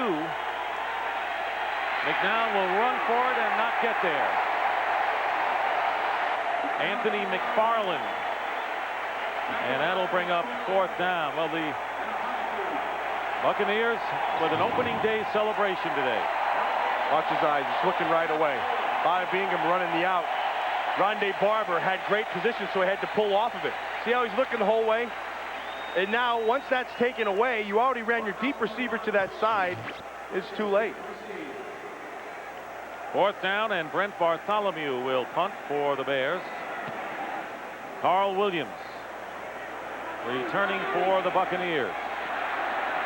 Here's Williams trying to turn the corner and gets around midfield. Will get to the 46-yard line.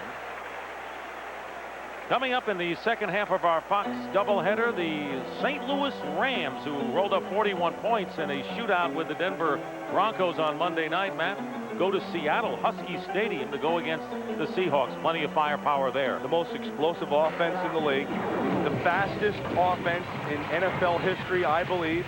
They have the league's best player in Marshall Faulk, and they also have the league's most complete player in Marshall Faulk. Add it all up, and they're really exciting. In Seattle going to have a tough time up there. John Kidna will again be the quarterback. Mike Holmgren considered a change this week. First down from the 47. Warwick Dunn trying to cut back and picks up about 7 yards on the play. So you got Kurt Warner, who had a tremendous game last week when you were out, of course, for the radio group, and John Kidna, who had a horrendous week. I talked to John Kidna about that this week, and he was he knows, he's aware of his shortcomings. He understands that he needs to keep moving forward in Holmgren's offense.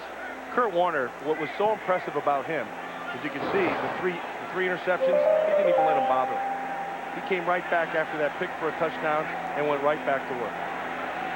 Meanwhile, Tampa Bay lost to them 11-6 in the championship game last year as Warwick Dunn picks up a yard on the play, bringing up 3rd down and 4. You know, at the start of this game, one thing that I said was that the Bears had to run the football and run right at this defense to be effective. And they did. And they started to run, and then all of a sudden they had the turnovers and they're down by points, and pretty soon you can't be that patient that long. You have to do something. You have to start picking up yards. Now they've become one-dimensional, and it's going to be tough.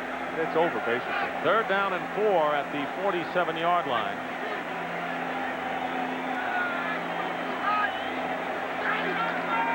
Sean King with the slant play, and no flag is down. Keyshawn Johnson, the intended receiver. Keyshawn telling us the other day, that the slant play was a play that Sean King needed to work on. But here's the top draft pick. Yeah, you're going to watch Urlacher coming inside, and this is something that he's got to win. You can't. Warwick Dunn's a tough guy. Warwick Dunn's a good blocker, but you can't on a blitz let Warwick Dunn beat you. You can't do it. And that's a match you want to get. And if you're Urlacher and you're a #1 pick and you have all that athletic ability, you better win that matchup. Here is Mark Royals kicking on 4th down, and Glenn Milburn will let the ball bounce, and the Buccaneers can't keep it in play, and it'll be taken for a touchback to the 20-yard line. Good hustle, however, by Brian Kelly. Dick, you made a very good point about what Keyshawn Johnson was talking about earlier about the slant and how the young quarterback Sean King has to work on that, because that's a play that when you have the big body type that Keyshawn Johnson has, when you get body position, that's a completion every time. That's like stealing. And if you're not comfortable making that throw, and I'm not sure that he is, in Keyshawn's mind, he thought he has to work on it. That's a play that has to be one of the staples of your offense. And one that Keyshawn likes to run on, might add. So the Bears, 1st down on the 20-yard line. 4:09 remaining in the 3rd quarter, and getting away is Eddie Kennison, and Kennison getting it out to the 25-yard line. This is the most points that the Tampa Bay Bucs have scored since 1996, when the Chicago Bears were their opponent. The most they scored last year was 31 against the New Orleans Saints, and their biggest margin of victory last year was 19 against the Green Bay Packers. So they are exceeding expectations in a big way today.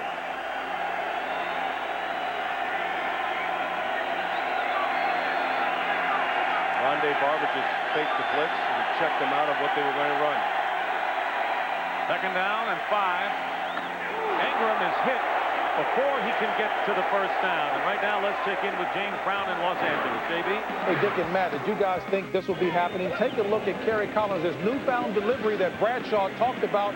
He zips this one to Ike Hilliard, 30-yard touchdown play, and it's the Giants on top of the Eagles, 27-6. Back to Dick Stockton, Matt Miller. Well, Kerry Collins, of course, had a great preseason, and as he goes, the Giants will, with what seems to be finally an improved offense. And an improved running game, which you're talking about. The offensive line's a little more solid. Ernie, of course, he stuck his neck on the line, and it's paying off for him with that quarterback move. They play the Bears next week in Chicago. Cade McNown trying to run out of trouble and can't do it, as Warren Sapp gets him from behind back at the 20. Well, he looked downfield. There's no place to throw the ball. And the one thing about this defense is they do not stop. They keep on going. Marcus Robinson working outside on Abraham. Nothing there. They had to pull off him. Then he's going to look to Mays inside. Rondé Barber has him. Nothing there. Looks to the middle of the field. There's nothing around. Look once, look right, and then he just got that scared look and started to take off and run. And like I mentioned earlier, this defense can run. And Sapp, at 310 pounds, runs really well. 10-yard loss on the play. 2nd and 20. And we're going to have a delay of the game penalty, I believe. We saw the play clock run down to 0 right before the snap. Delay of game, offense. 5-yard penalty. So everything is going wrong for the Bears today. You name it, it's happening to them. Well, and that's almost good news for them, Dick, because you can always say, well, we can't play any worse than that. Yeah, that makes them a dangerous team next week. Because the only thing you can do is get better. You can't play this bad. There you see 79 yards. They have 40 more yards in offense than they do penalty yards. That's nothing to write home about. And I'm not so sure that that's speaking to the Bear defense as much as it is, rather the Buck defense as much as it is the ineptness of this Bear offense. But the Buck defense, they're good. Forcing a lot of the flinching that you see going on. Ingram with the reception. And it'll be 3rd and a huge amount for the Bears with under 2 minutes remaining in the 3rd. Well, the Bucs have you right where they want you. Because now all they're going to make you do is you have to come to them. They're just sitting back there waiting. And if you make the slightest mistake, the ball's going the other way. James Allen split to the right, the running back.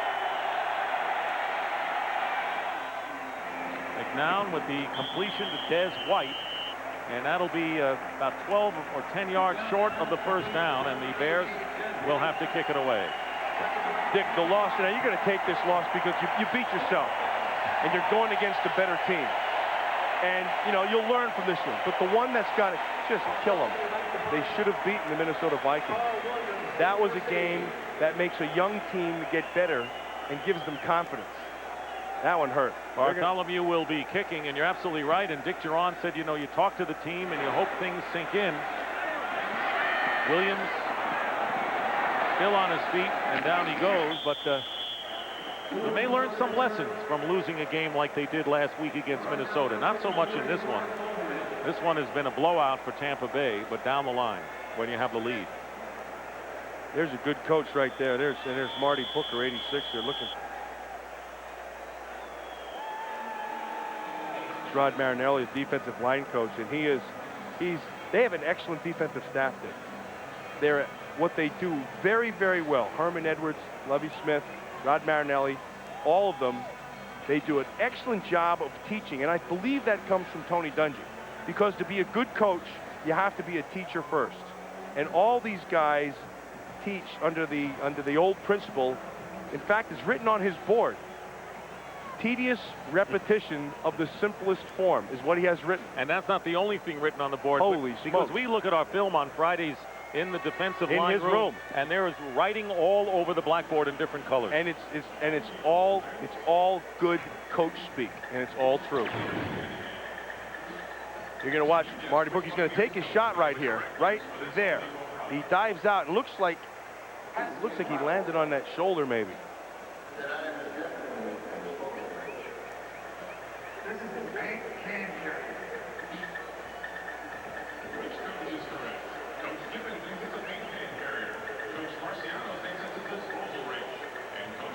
Well, regardless, he's up. Yeah, it looks like that could be a shoulder. Booker is still down. Well, it's all based on Tony Dungy's philosophy, and it all goes back to his days with the Pittsburgh Steelers. Chuck Noll, he played defensive back 77 and 78, and in 78 tied the team in interceptions with 6. They allowed the fewest points in the league. So the steel curtain, Dungy was part of it. He learned a lot from Chuck Noll as the head coach of that team. And it's funny because you look at his defense and you look at these film clips right now, and there are a lot of similarities. They play a lot of the same scheme, a lot of the coverages, and they're built. Sapp inside like Green. McFarland now would be where Fats Holmes was. They have the defensive ends of Lambert and Brooks and Ham and there's some players out there who can play. Also, the characteristics of Tony Dungy very similar to Chuck Noll. Eric Zier is coming in quarterback for the Buccaneers as Warwick Dunn gets the handoff for a couple of years. So Zier, who is the backup for Sean King, those are his numbers last year. You know, I also believe that Rabi Abdullah, number 27, should be in there now and take Allstott and Dunn and say nice game. You can see Eric Zier right there. And they're going to let 6th year already. Went fast. Sean King, job well done with 2 touchdown passes in the second half as time runs down in the third. And that is the end of the third quarter with the score. The Buccaneers 34 and the Bears nothing. Fox NFL Sunday will continue from Tampa after a word from your local Fox station.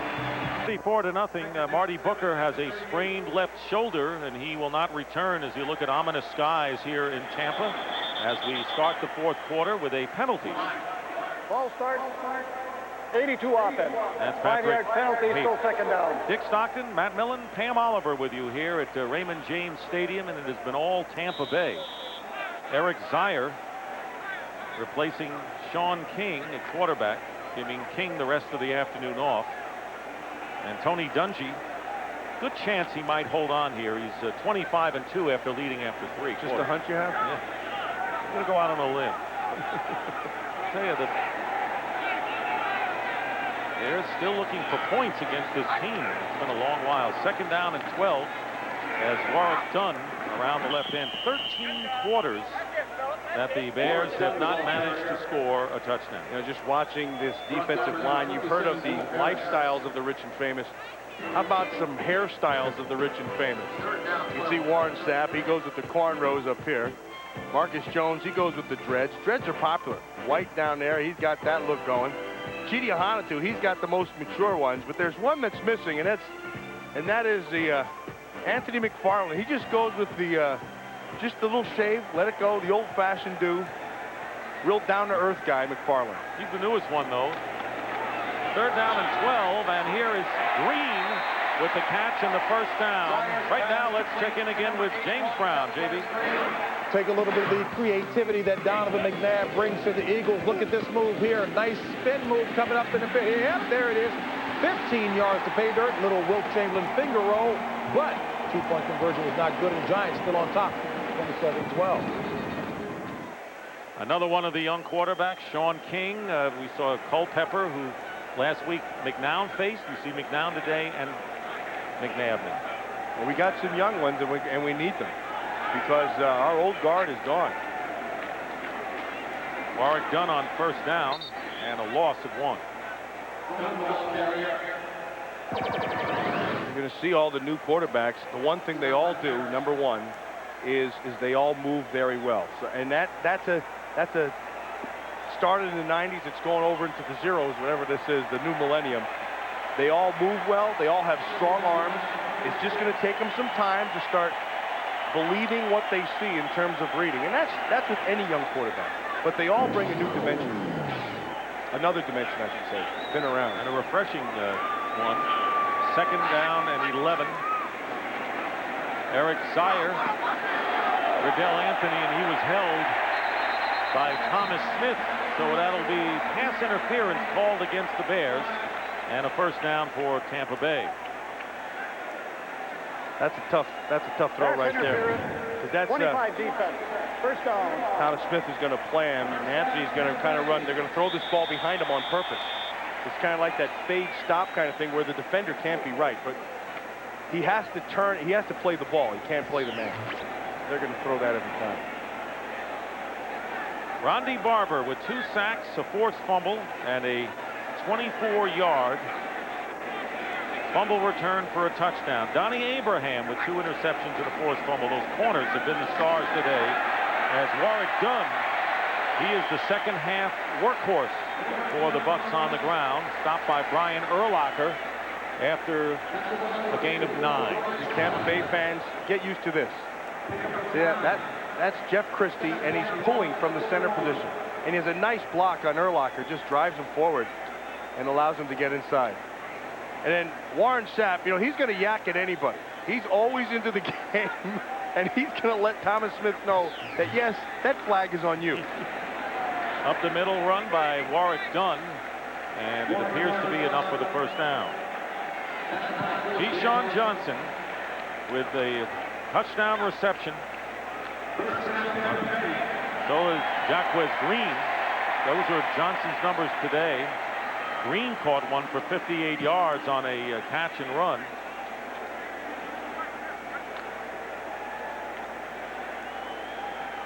But it was the defense that started the ball rolling for Tampa Bay today. Green with a fine afternoon. 5 catches, 104 yards, and the TD play.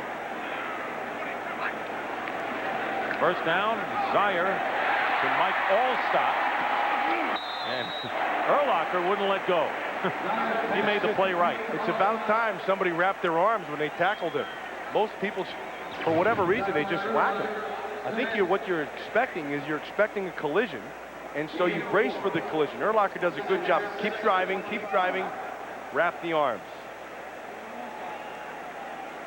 See any similarity between Urlacher and LeVar Arrington? Very much so, yeah, because they're learning how to play pro football.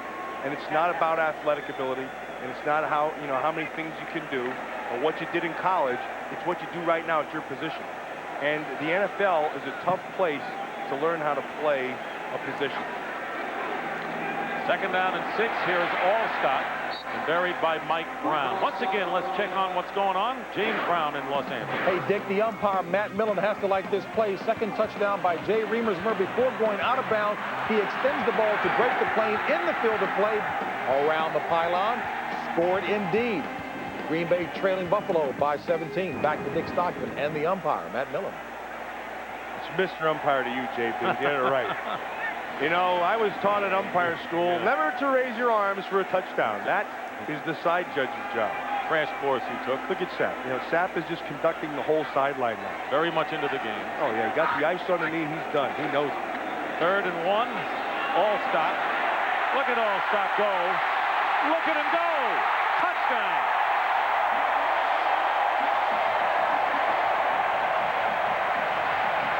That right there sums up the game that the Bears played today. They had it at the start. They had their shot. They took their shot right there, right there, right there, and again. And all they did was miss. This is UmpCam. This is from the umpire's point of view. He stays right with it. Watch him keep on running. Well, he's tough. Martin Gramatica, and it is 41-0. Favor of Tampa Bay. Their last shutout was the final game of the '98 season when they blanked the Bengals 35-0. That's what they're looking for now. When we modified a new Beetle to race in the pro rally. On the road of life, there are passengers and there are drivers. By Heineken, it's all about the beer. Heineken. By Visa, the preferred card of the NFL. Visa, it's everywhere NFL fans want to be. And by Nortel Networks, we're building the new high-performance internet. Back here at Raymond James Stadium, the Buccaneers lead the Bears 41-0. The last time they scored 40 or more points back in '89 against the Bears when they scored 42. Here is Glenn Milburn returning again. He's been a busy man returning kickoffs this afternoon with the onslaught. 5 minutes have gone by in the 4th, and we'll be right back.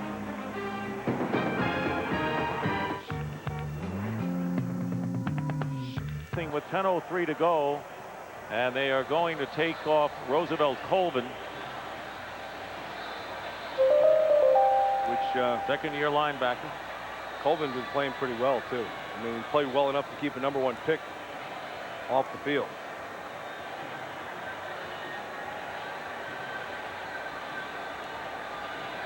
And that kind of a discouraging day for the Bears. Meanwhile, for Tampa Bay, a banner day.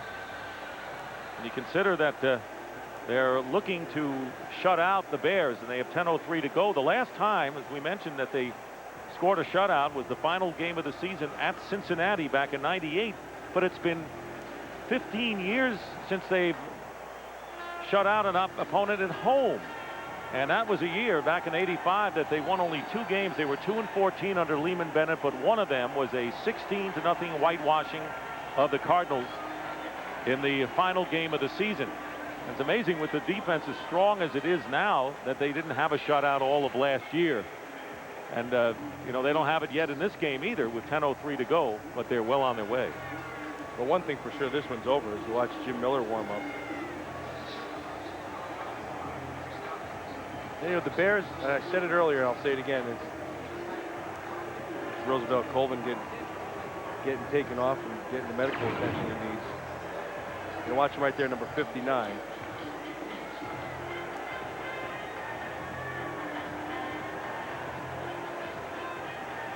Now it looks like he ran into his knee. It looked like Al Singleton, 51, ran into his knee. The one thing, you know, it's one thing about taking somebody on you expect a collision, but when somebody gets you from behind or the side where you're not expecting it, those are the tough ones.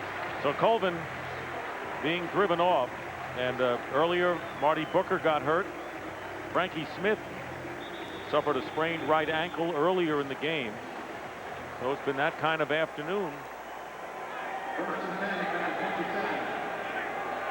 First down for the Bears on the 27-yard line. We saw Jim Miller loosening up. Cade McNown remains in there, and the handoff to James Allen, who brings it out to the 31-yard line where Al Singleton makes the tackle. But what a start for the Tampa Bay Buccaneers in their home opener.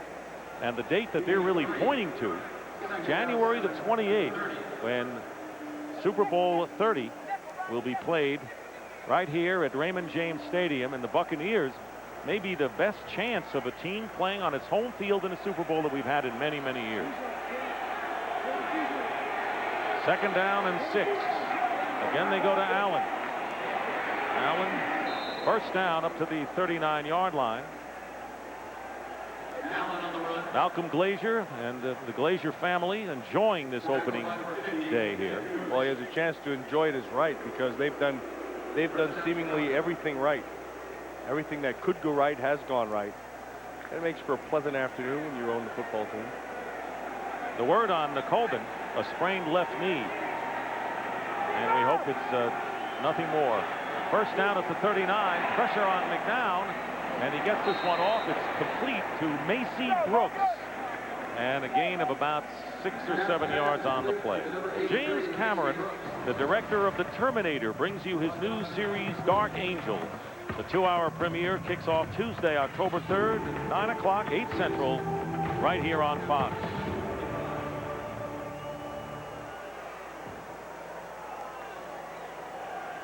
Of course, what's going to be big this year in the NFC, home field advantage. When you look as at usual what the Rams have on the indoor turf, what the Bucs have in the heat down here in the stadium, and what the Redskins have in Washington.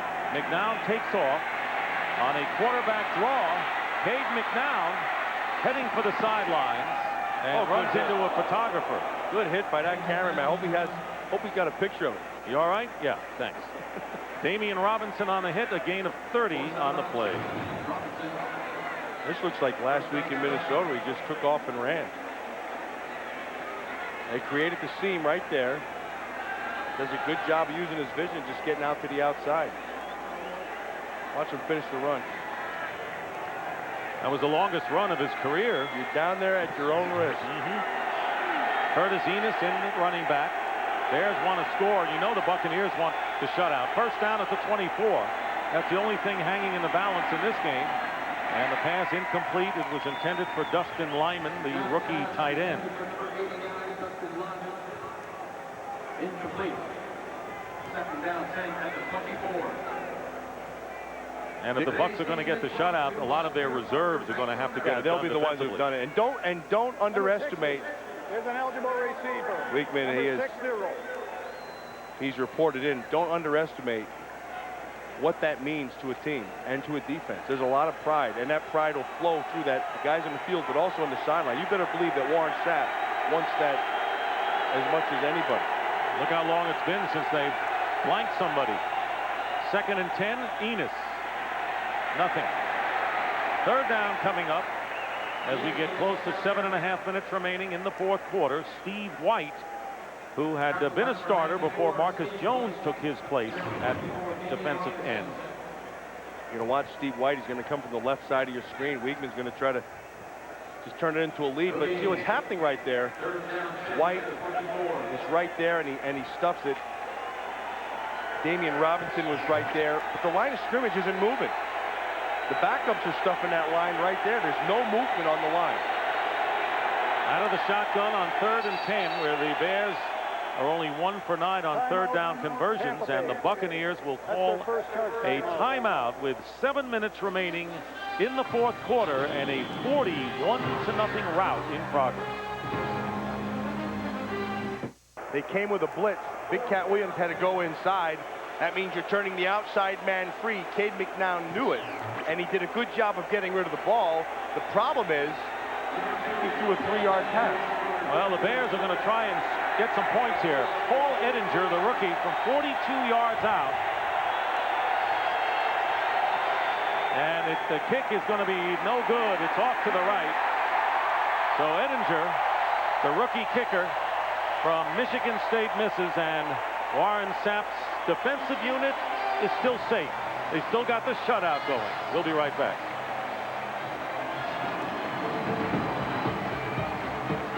Another day at the office for Warren. There's Dale Hamer, the head linesman. He goes there, gets his arm around him, just to working the officials a little bit. And then Bernie Kukar comes in, gets his arm around him. Aaron Stecker, the former Chicago Bear running back, gets the first down. Now Warren Sapp's not done because, yes, today the game's over and they've had a good game. And he may not need him now, but he is just building fan support for later on in the season. Okay, buddy, see you next time. Hey, you guys had a good game. He'll see them again. Warren Sapp for president. He's got the personality for it, doesn't he? Yes, he does. Infectious. Michael Jordan came to the game today for the express purpose of visiting with Sapp. He's a friend of his. First down on the 45-yard line of the Bucs after the 13-yard pickup by Stecker, who carries again. Aaron Stecker, where's he been? Well, he's been on the practice squad last year for Tampa Bay, and he picks up another first. 14 yards this time. He's also been over in NFL Europe earning the MVP. The Scottish Claymores. Oh, yes. Fine performance by him. You know, it's gotten cool all of a sudden. The wind is coming in. I swear to goodness, when they got ready to kick the field goal, all of a sudden the wind just picked up. It was amazing. MJ, who was amazing in his career with the Bulls, still here watching the 41-0 Tampa Bay lead with under 5 minutes to go. You gotta love a guy who doesn't leave in a blowout. Aaron Stecker again.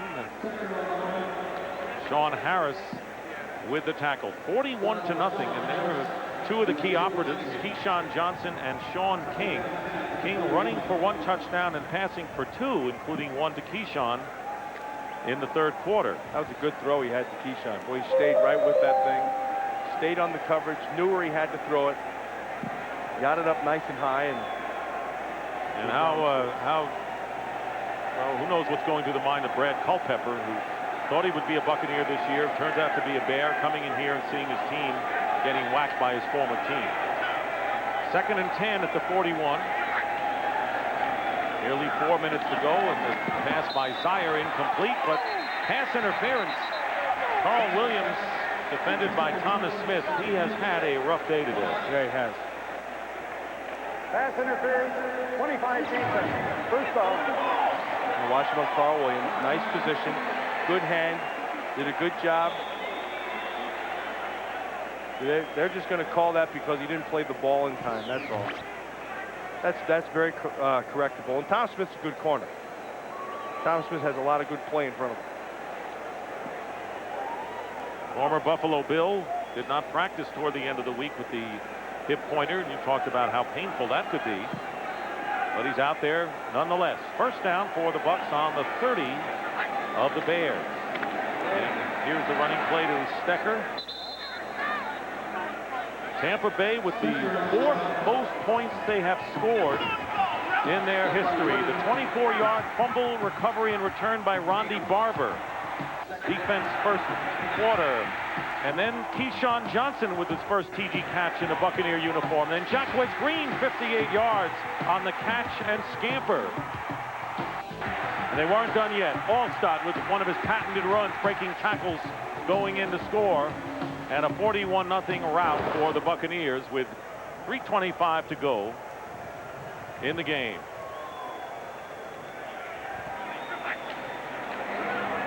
Second down at 8, and that's Todd Yoder with his first reception, the undrafted rookie from Vanderbilt. Most points the Bucs have ever scored, 48 against the Atlanta Falcons back in '87. The 42 against the Bears. 41 against the Jets, and the 41 today. I know one thing, when you hang 41 up on the board and you shut those guys right there, they've shut it down. They're done for the day. There's no thought saying, put me back in. I guarantee it. And you know, in a tough NFL schedule where every week is a challenge, it's good to have a game like this. Oh, these are bonuses. Maybe more than one. 3rd and 7, flag down before the play gets underway, and a false start. It's George Hegeman. False start. 82 offense. 5-yard penalty, still 3rd down.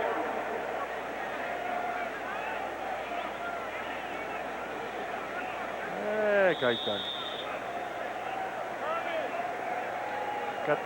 Got the thumb in there, got the belt undone, got the gun hanging out. Thinking about where he's going for dinner afterwards. Thinking about dinner. Is that what you were? Little politicking going on. Third chew in.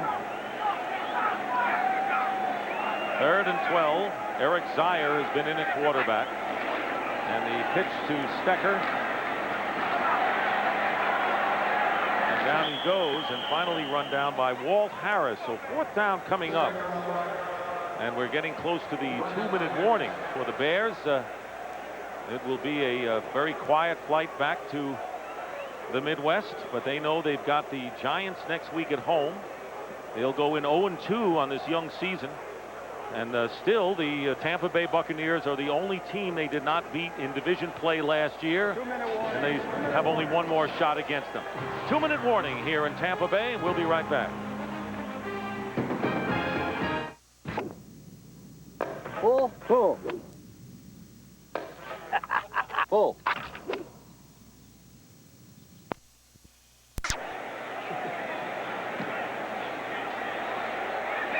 Milburn will let it bounce, and it's bobbled by the Buccaneers. And it is a touchback, so they had a chance. Jacquez Green, but he mishandled it, and so the Bucs will get it out at the, or I should say Bears, at the 20. Jacquez Green, to be thankful he didn't do that on that touchdown pass when he was wide open. See an opportunity right there to pin him down inside, but missed it. 1 minute and 50 seconds remaining. Keyshawn Johnson, Matt mentioned, the key addition along with Christie, the center, and McDaniel, the left guard, to the offense. Defense didn't need any tinkering, but they had a couple of changes this year. Cade McNown going all the way, apparently. Misfires on his attempt to Bobby Ingram. Keyshawn, not a lot of catches, only 2. There was his first one. Gets up the field and picked up a first down, and then the second one was the excellent patience by Sean King. But the thing is not just about catching balls. It's also about transition and turning from receiver to blocker, which he does right here, which allowed Jacquez Green to score. 2nd down and 10, and the handoff to James Allen. James Allen with a fine run to the 37-yard line. Pickup of 18 yards. David Gibson and Jeff Gooch on the tackle as we see Keyshawn Johnson's final numbers. Jacquez Green with 5 receptions and 104 yards and a 58-yard touchdown for Green, his 3rd career 100-yard contest. Here is McNown, and he is sacked by Tyoka Jackson. 4th sack of the game by the Bucs defense.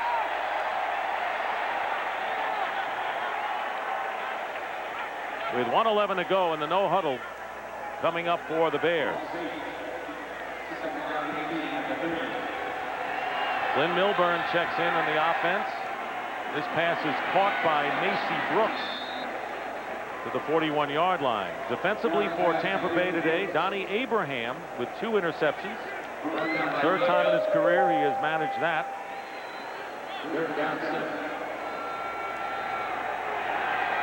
Under a minute remaining. McNown going deep. Marcus Robinson. Flag is down. And let's see if it goes against Eric Vance. The Bears may have a chance to score before this game is over. Eric Vance defending downfield against Marcus Robinson. Warren Sapp's making sure they know that this hat is off for a reason. See, that hat goes off when the guy steps out of bounds. And you can't be the first. There is no penalty on the play. The receiver stepped out of bounds, made him ineligible. Therefore, it's incomplete pass. That's correct. Once he goes out of bounds, see, Warren Sapp was telling him right away, hey, your hat is off. He went out of bounds, so he can't be the first one to touch the ball back inbound. So the shutout supporters breathe easy.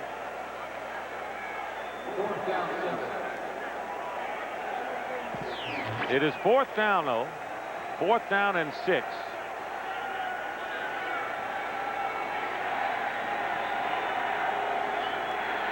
.31 seconds remaining.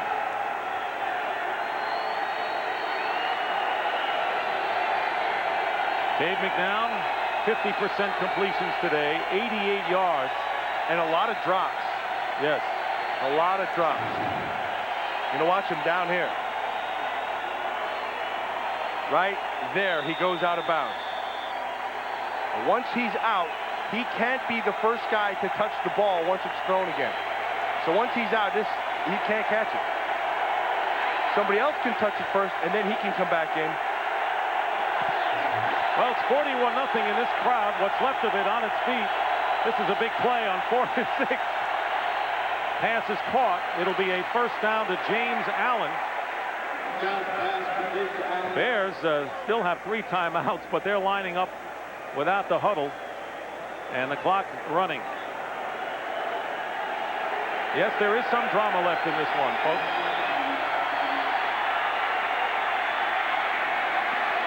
McNown down. 2 seconds left. And that was Ronde Barber. So that is Ronde Barber again. He has made a statement. The game is over. And the Tampa Bay Buccaneers, with their first home shutout in 15 years, and their first shutout of any kind since the final game of 1998. Right now, let's go down to Pam Oliver. All right, thanks a lot. First of all, Keyshawn, on that touchdown, walk me through that play. Well, you know, it was something we've been working on all week long, and now we finally had an opportunity to hit in the game. We knew that it would be there, but they gave us a different defensive look than we thought. You like being a Buck about now? Oh, yeah, it's 2-0. We got 14 games to go. Yeah, I'm happy. All right, Keyshawn, let's go back upstairs to Dick.